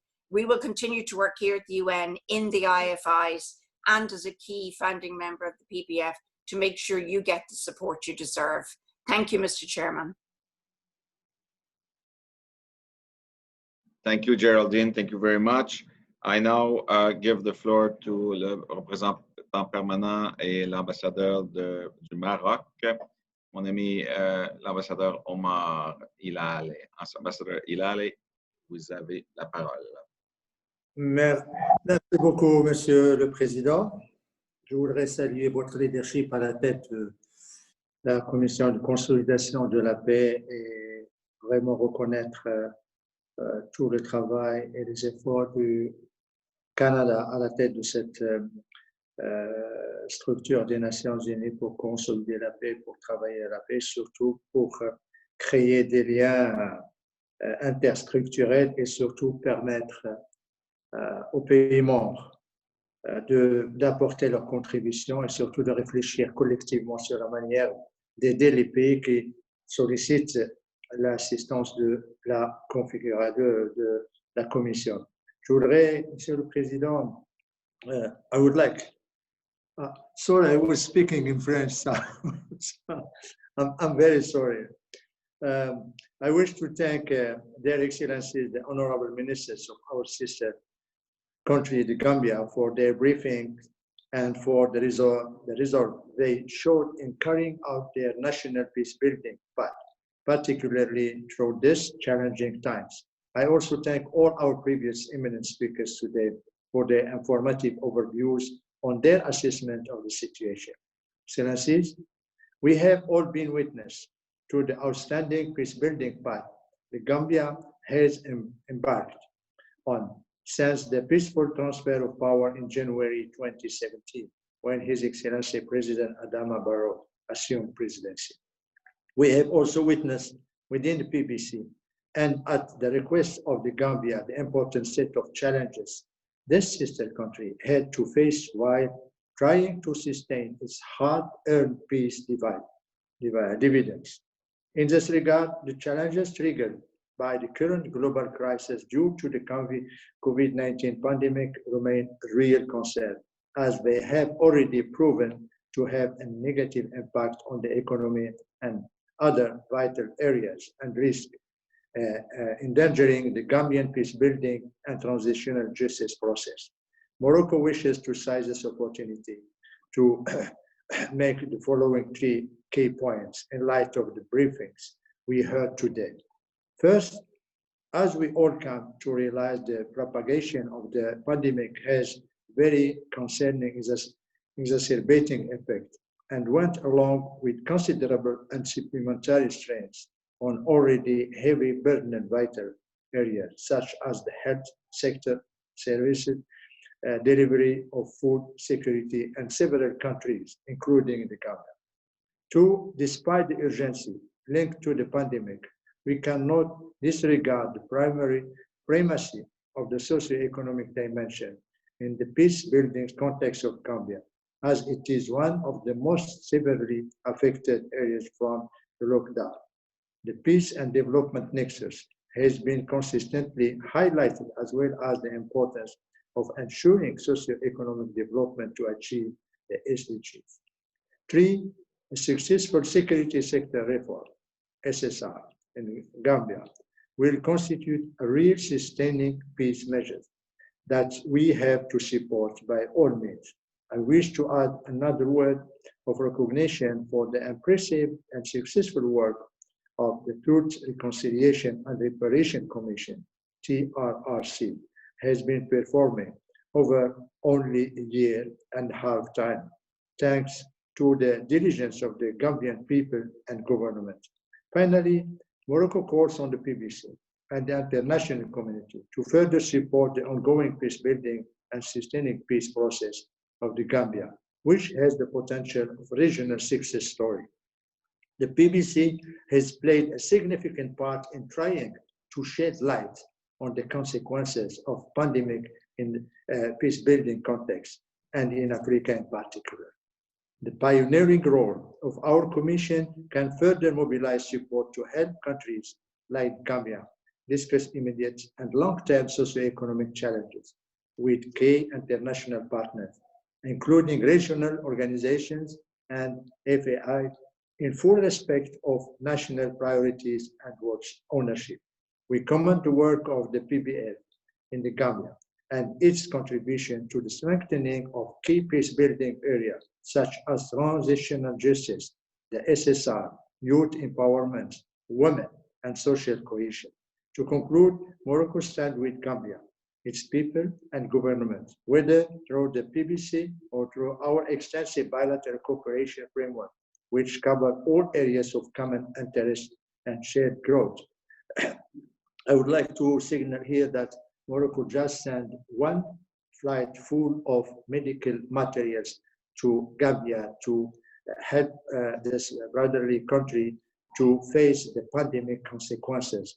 Morocco is doing this week, sending this week 24 flights to 15 African countries and as act of solidarity and as act also of assisting this country to take and face the challenge of pandemic. I thank you very much, Mr. President. Thank you very much, Ambassador Ilal. Thank you for your leadership in the Peace Building Commission as well. So thanks for your words. I now leave the floor to the permanent representative and ambassador of Egypt, our friend Mohamed Idris. Mohamed, bonjour. Good morning, Frank Marc-André, our chairman, and you are lucky with the support you are getting from Excellency Foreign Minister. Strong support to you as the chairman of PBC and to the PBC. Let me say that this is a campaign, a remarkable campaign for the Gambia, and it's interesting to see our colleagues who are running for the council and campaigning for the Security Council, including the chair, are campaigning instead for the Gambia, and we join this. This is really very appreciated. And let me welcome the presence of the Excellencies, Foreign Minister of Canada and Justice Minister and Finance Minister of the Gambia, and the wise African leadership represented by Mr. Benchambas. Egypt welcomes and of course, if Ambassador Mamadou, Minister Mamadou is around, my great thanks and appreciation to him. When I visited Gambia in 2012, he was foreign minister. Then I came here, he was the ambassador. Then he went back foreign minister. So he's a great person, and my appreciation to him and to my dear brother, Ambassador Lang. Egypt welcomes the progress made in the security sector reform, truth, reconciliation, and repatriation process, and other peace-building areas in the Gambia. However, as many others, we are also highly concerned, learning about the destabilization impact of the COVID-19 pandemic in the Gambia. Hence, the PBC's role is critical in sustaining the required international support and attention, especially to help the Gambian authorities in mitigating the pandemic's immediate socioeconomic implications. The PBC also provides a unique platform for ensuring a coherent, integrated, and comprehensive response in support for the nationally identified priorities.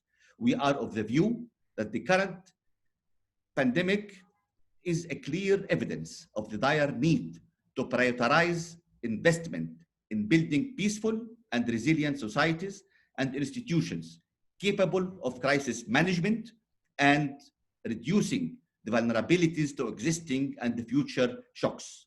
Therefore, it is imperative to sustain the PBF engagement along with other partners in the Gambia in that area. Additionally, the AU call for debt relief is very important in the case of the Gambia to help the national authorities in fighting against COVID-19 in addition to overcoming its harsh economic impacts. In this connection, and to conclude, I would like to ask our distinguished ministers from the Gambia as to what extent the COVID-19 pandemic has changed their national peace-building priorities, and what are the most pressing priorities currently in that context.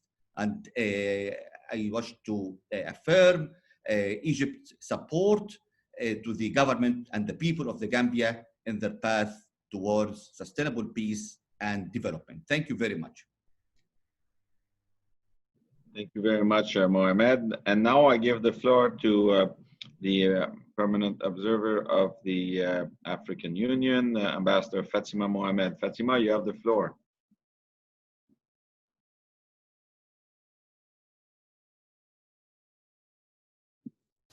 Thank you, Chair. Can you hear me? Yes, we can. Thank you. Okay. Thank you very much, Chair, for organizing this this meeting. And in the interest of time, permit me to also stand on existing protocols. I would, however, like to sincerely thank the briefers for their valuable briefings, as well as the comprehensive overview of the developments in the Gambia, and also commend the government and the private sector for its determination to remain focused despite the challenges posed by COVID-19, which of course is forcing all of us to reassess our efforts in order to curb the spread of the pandemic. Of course, the Gambia, like many other countries throughout the world, as we've heard today, is obviously has had a substantial impact. The COVID-19 has had a substantial impact on both the social and economic developments in the country, as well as its efforts in peace building. And this, of course, remains of great concern, particularly given the pre-COVID-19 challenges and progresses made in reforms in the areas of security, transitional justice, constitutional review, human rights, women and youth empowerment, as well as press freedom and anti-corruption. And all these efforts must continue to be supported towards building and sustaining peace and achieving inclusive development in the Gambia. Mr. Chair, permit me to recall very briefly that the Bureau of the Assembly of Heads of State and Government of the African Union is fully mobilized in the fight against COVID-19. A number of practical steps have been taken to ensure a coordinated and multidimensional response to the pandemic, particularly in countries where, due to fragile socioeconomic and health systems, the pandemic is having a severe impact. Having heard today in great detail the impact of the virus on the various sectors, permit me to comment very briefly on two sectors that were highlighted today, and then one issue that we didn't speak much about today.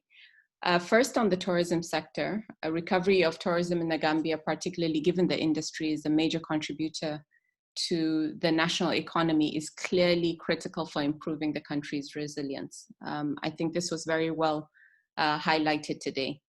For the African Union, stimulating tourism recovery and putting in place urgent mitigation measures and guidelines for the sector is recognized as a key driver for sustainable development in the continent. And permit me here to mention the African Union Tourism Strategic Framework, which was approved last year. This strategic framework is one of Africa's flagship projects aiming to integrate the continent through tourism. We therefore call on the international community to step up its efforts to promote and support the Gambia in this area. Secondly, on the impact of COVID-19 on education.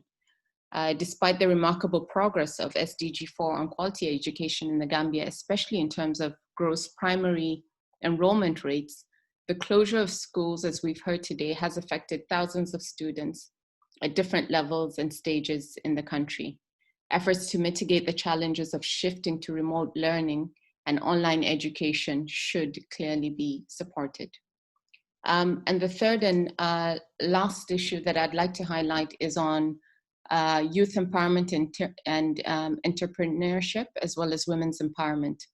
As we all know, there's a strong correlation between sustaining peace and youth and women development. In a country where particularly youth make up 65% of the population, we must continue to ensure that youth are provided the space to grow by providing opportunities for a higher quality of life with better employment opportunities, greater access to education, improved social services in order to contribute positively to the development of the country. And all these, of course, have an effect on the political stability of the country. Mr. Chair, let me conclude by saying that there is clearly consensus that the socioeconomic consequences of COVID-19 would complicate and potentially erode peace-building gains in post-conflict settings. In this regard, we reaffirm the African Union's commitment to partner with the Gambia, the PBC, the UN system, and private sector, as well as civil society, to provide the required support to cushion the impact of the pandemic in the Gambia. I thank you for your attention. Thank you very much, Fatima, and thank you for the leadership of the African Union. And now I'll give the floor to our Assistant Secretary General, Oscar Fernandez Terranco, and I'll also pass the chairmanship of, this will be the time where we will transit to the Vice Chairman, my friend Ambassador Ishikane, who will take over from me because I had accepted another invitation at 12 to be speaking somewhere. So my apologies, but you're in very good hand to have Ambassador Ishikane go forward with the meeting without me. So Oscar, you have the floor. And Merci beaucoup, Marc-André, and thank you, Mr. Chair and Vice Chair, for allowing me this opportunity to come in. Again, I think this, first to congratulate and to thank the many briefers today. It speaks to this, to the relevance of this platform as a platform of international solidarity. It has grown in size and purpose. I think that the flexible working methods of the PBC have really shown what this can mean for a country like the Gambia, who I think has been very much engaged, not just with the Commission. Certainly the Peace Building Fund holds it among one of its top priority countries. And I think that in this moment of truth, in this moment of need, that this Commission needs to continue to welcome and support the national efforts, ensure that COVID-19 does not roll back the significant peace-building gains in the country. To thank the Foreign Minister, Mamadou Tangara, our good friend, also Abubakar Tambadou, who is a regular feature of many of the Peace Building Commission meetings.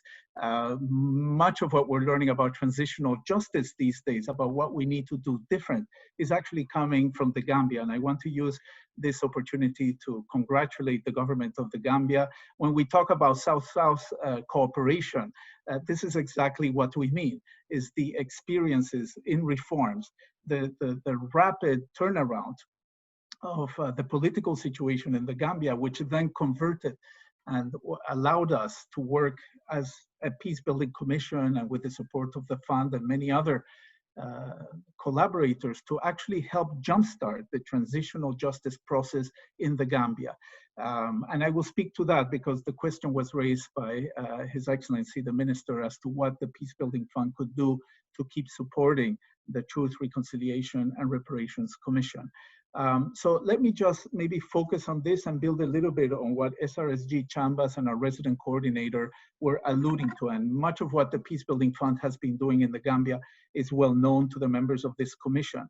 But I think it's particularly relevant in answering the minister's question about whether the jump-started support to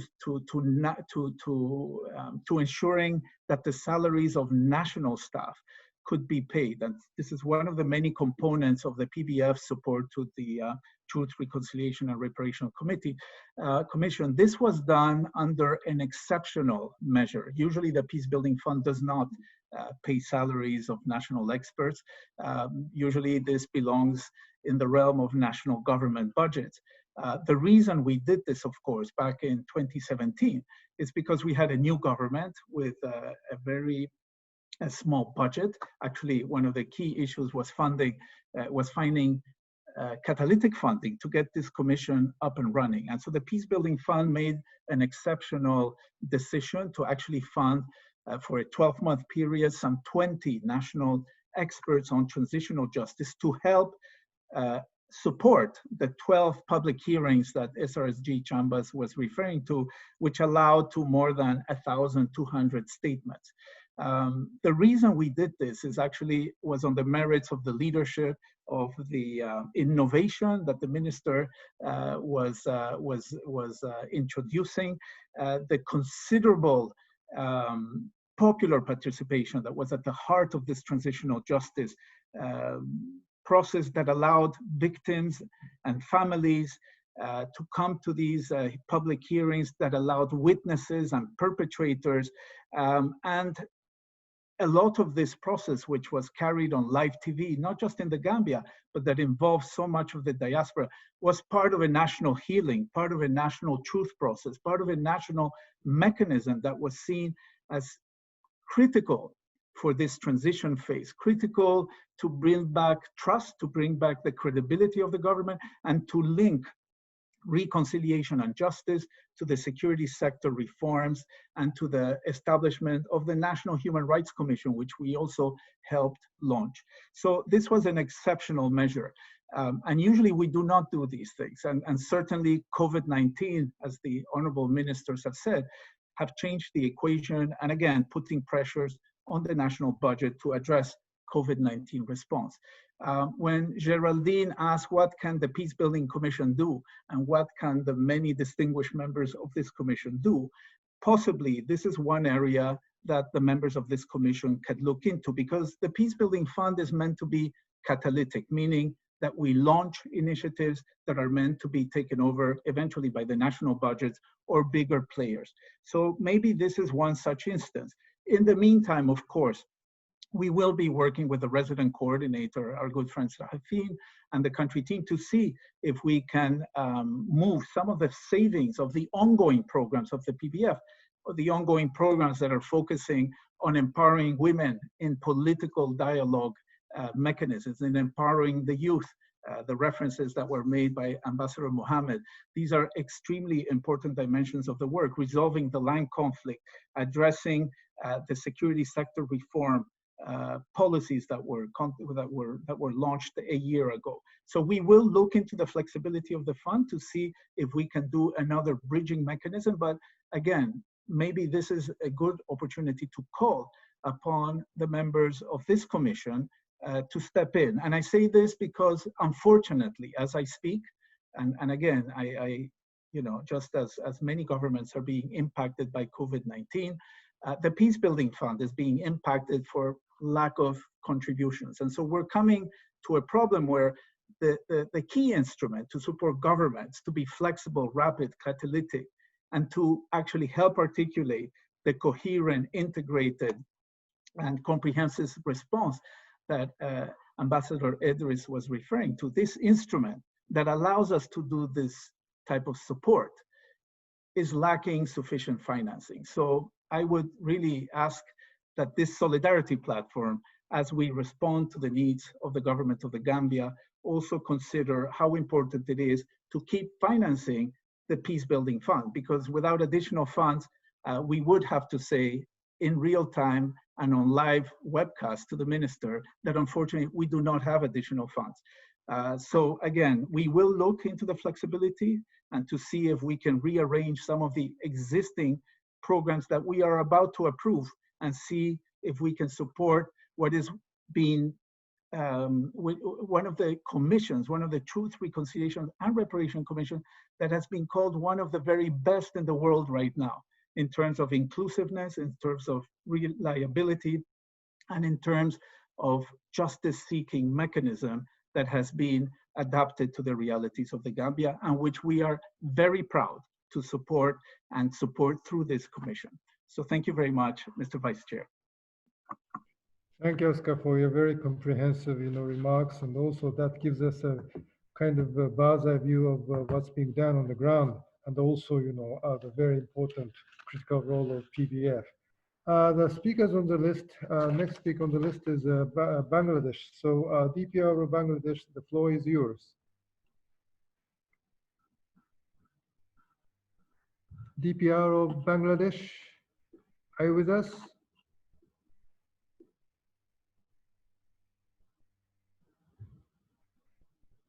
But it seems there seems to be some problem with the connection.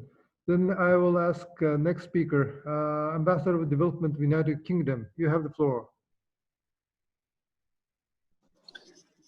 Thank you very much, Vice Chair. Good morning, colleagues. And of course, I'd like to start by thanking the Honourable Ministers of the Gambia and all the other speakers for joining us this morning and their for engagement with the Commission. And we would also like to commend the ministers for their energetic roles in driving the reforms that we have heard this morning. We are particularly encouraged by improvements in the workings of the National Assembly and the Human Rights Commission, but we are concerned that the pace of security sector reform remains slower, and that this presents a risk to hard-won gains, and that getting the draft constitution over the finish line appears to be a significant challenge. And as the Minister of Justice described, we are also concerned by the impact that COVID-19 is having on the important issue of election preparations. The UK, of course, shares the great concern of others expressed this morning about the potential widespread impact of COVID-19. The IMF, World Bank and UN have all mobilized relatively quickly to provide the budgetary support and repurposing of funding to support the Gambia's response to the socio-economic implications of COVID-19. But beyond resources, and this is a question for our speakers, if I may, is there more that the international community can do in terms of sharing COVID-19 policies, planning and recovery plans with the Gambia to help mobilize the needed whole of government response? Of course, the UK would be very keen to support you in doing so, and Chair and Vice Chair, perhaps this is something that we can explore via the PBC in terms of practical support. And then finally, I'd just like to say one of the joys of virtual meetings such as this is that it allows us to bring in colleagues from around the globe. So I'm delighted that this morning we have our High Commissioner to Banjul on the line with us. I know how closely she is engaging with both ministers in their work, and that she and the whole of the British government remains committed to supporting their efforts. Thank you very much. Thank you very much, Tom, for your nice remarks. Is the DPR of Bangladesh, Mr. Tarek, with us now? Mr. Tarek, Bangladesh, could you unmute? Could you unmute? Can you hear me now, Excellency? Yes, I hear you now, very clearly. Great. Okay. Go ahead. Thank you, Excellency. Thank you for giving me the floor, and I'm sorry that I had a technical glitch. Let me begin by thanking the Honorable Minister of Justice and Honorable Minister of Finance of the Gambia and all other distinguished speakers for their very useful briefing today. We are happy to hear about the significant progress the Gambia has been making towards peace and prosperity before the pandemic hit them as it hit the whole world. Yet it is very encouraging that the infection has been very low, which has obviously been possible due to the Gambia's effective response to the pandemic following the WHO guidelines. We welcome the important works that have been going on to ensure transitional justice and continuing the democratic process. The review of the Constitution, the upcoming referendum on the new bill for enacting the new Constitution, the steps being undertaken for maintaining the credibility of the electoral process leading to the presidential election, these are all important developments which we deeply appreciate. The work undertaken by the Truth and Reconciliation Commission and in the security sector reform are also very commendable. Yet we understand the challenges that the pandemic has posed to all these good works. But the challenges must not be allowed to impede the hard-earned peace dividends. The pandemic's negative impact on the National Development Plan, as the Honorable Finance Minister has mentioned, also needs to be reversed. In this context, we are happy to hear about the Peace Building Fund's good work in supporting the Gambia's efforts towards peace building. We note the call from the Honorable Minister for Justice for continuation of the PBF funding, which is set to end this month. This important funding stream has to be maintained. This brings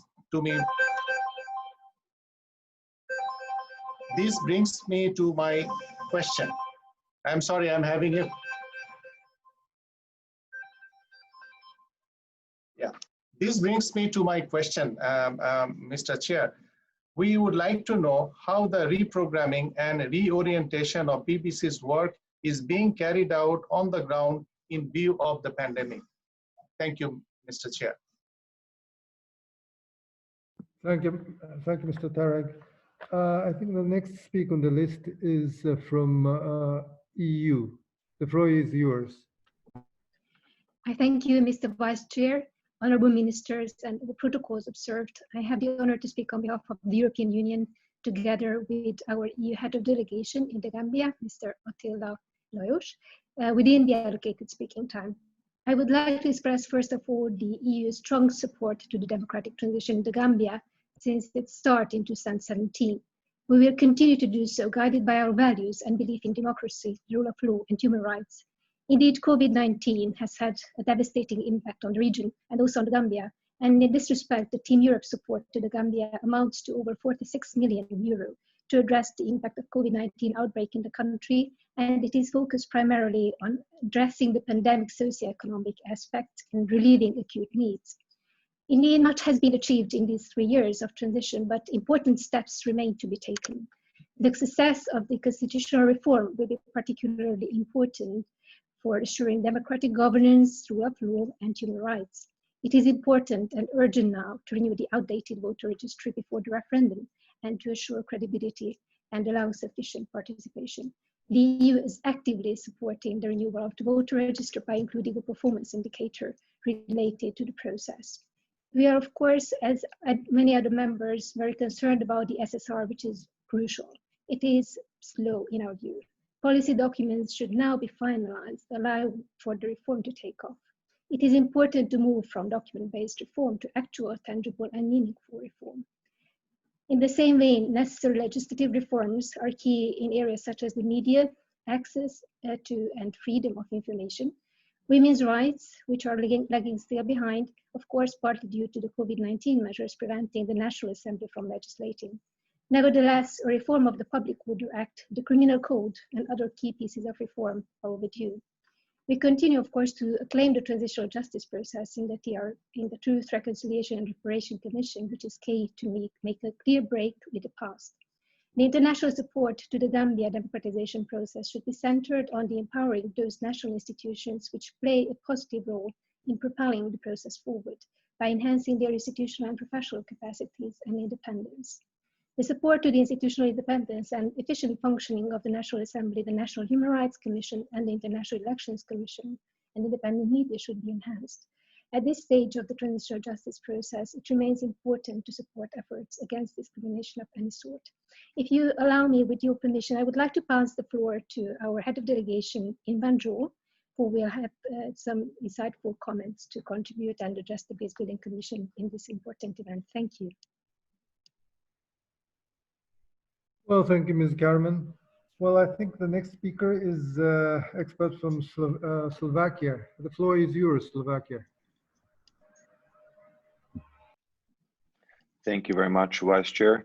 I would like to start by thanking our honorable ministers, and thank you also. I would like to also thank you for giving me the floor. I would like to make a few brief points. SSR remains critical for consolidation of democracy in the Gambia. The progress made since the launch of the SSR process under the President Adama Barrow, with support of ECOWAS, the African Union, and the UN is significant.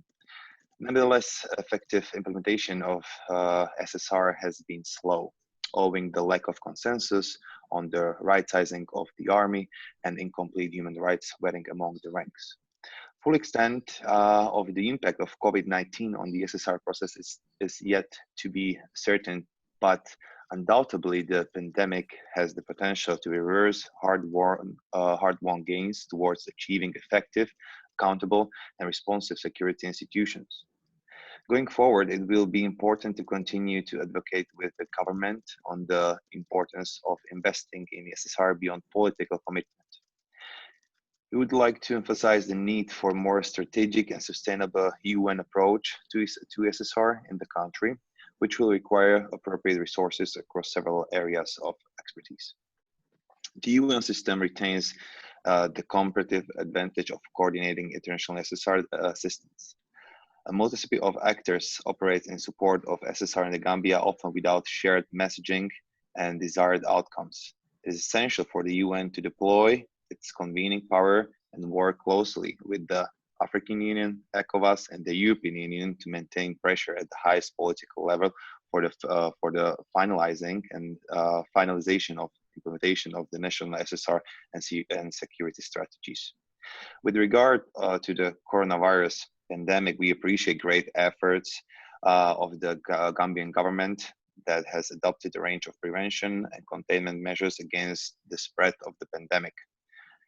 In this context, Slovakia supports the regional and international coordinated response to the crisis, strengthening partnership with key actors like the World Health Organization, World Bank, International Monetary Fund, regional development banks, regional intergovernmental organizations, and other relevant stakeholders is of utmost importance.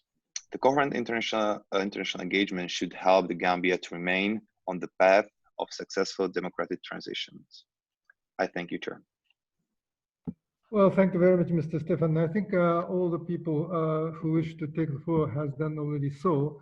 And given the constraint of the time, I would like to invite two ministers from Gambia, Minister Tambadou and Mr. Nije, to make some comments.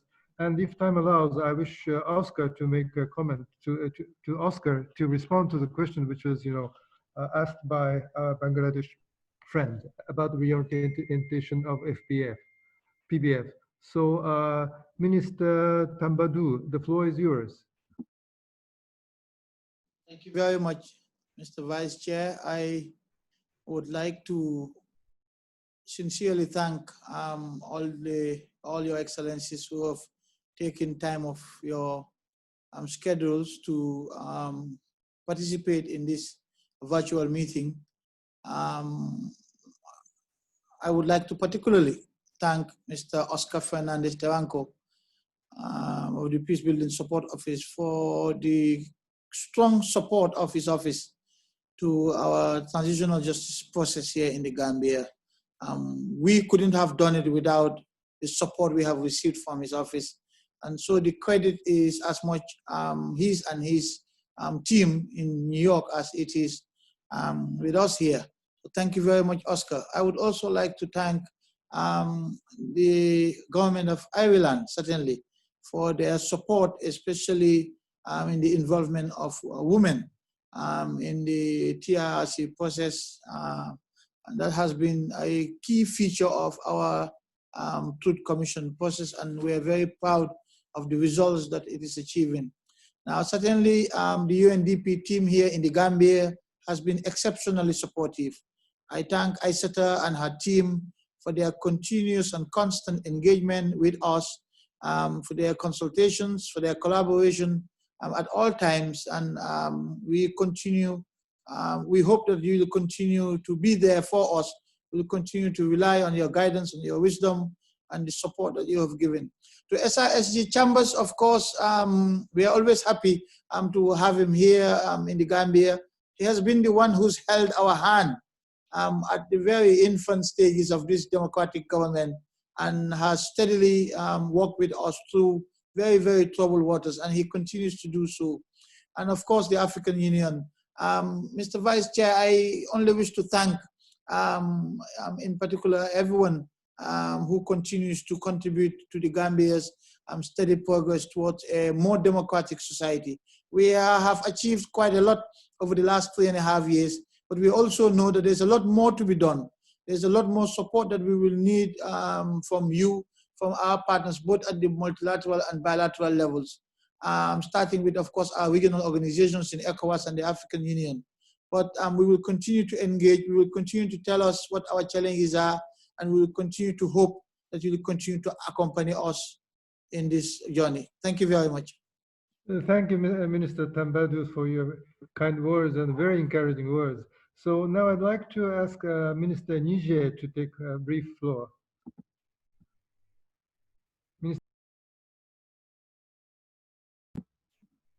Minister Niger, are you with us?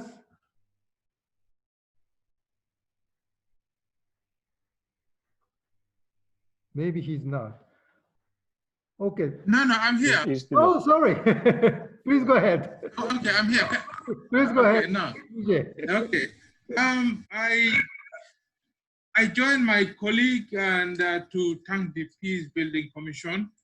And I think today I felt very proud because 2 years ago, it was this able minister that also approached me when I came into office, and he was very clear to tell me that you need to fund TRRC, you need to fund the CRC. And today, if the message is coming from an independent observer to say that we have the best international recognized TRRC system, I am very proud. And I would like to take this particularly to congratulate our honorable minister. I think from the economic money policy management perspective, is despite the fact that we are confronted with all these problems, we know that the tourism sector, which is key, very much what it contributes to our economy is huge. But we are also very mindful to say that just because we are confronted with a situation, we have to give up. When we mobilize our initial resources, the $500 million and also 800 million, the 500 million was for health, the 800 million was for food security, then we were able to do it. In all of this, we are saying we have to be very alert, we have to be very calm, we have to be responsible, we have to be respectful, we have to be reliability in the sense that we did not allow any dislocation. And up to today, we are still operating within the budget that the National Assembly approved since January this year. From December to date, we have been struggling. Yes, the revenue that we've seen is going down, but we are now reprioritizing the NDP. Before, a year ago, if you ask us, we talk about health, we talk about infrastructure, energy, but now in the midst of COVID-19, we are reprioritizing, giving health the focus, but that doesn't mean that the pillars of democracy, the governance pillars, will be sacrificed. These are things that we are trying at the equilibrium level to make sure that the limited resources that we have, we are making sure we are managing it effectively and efficiently.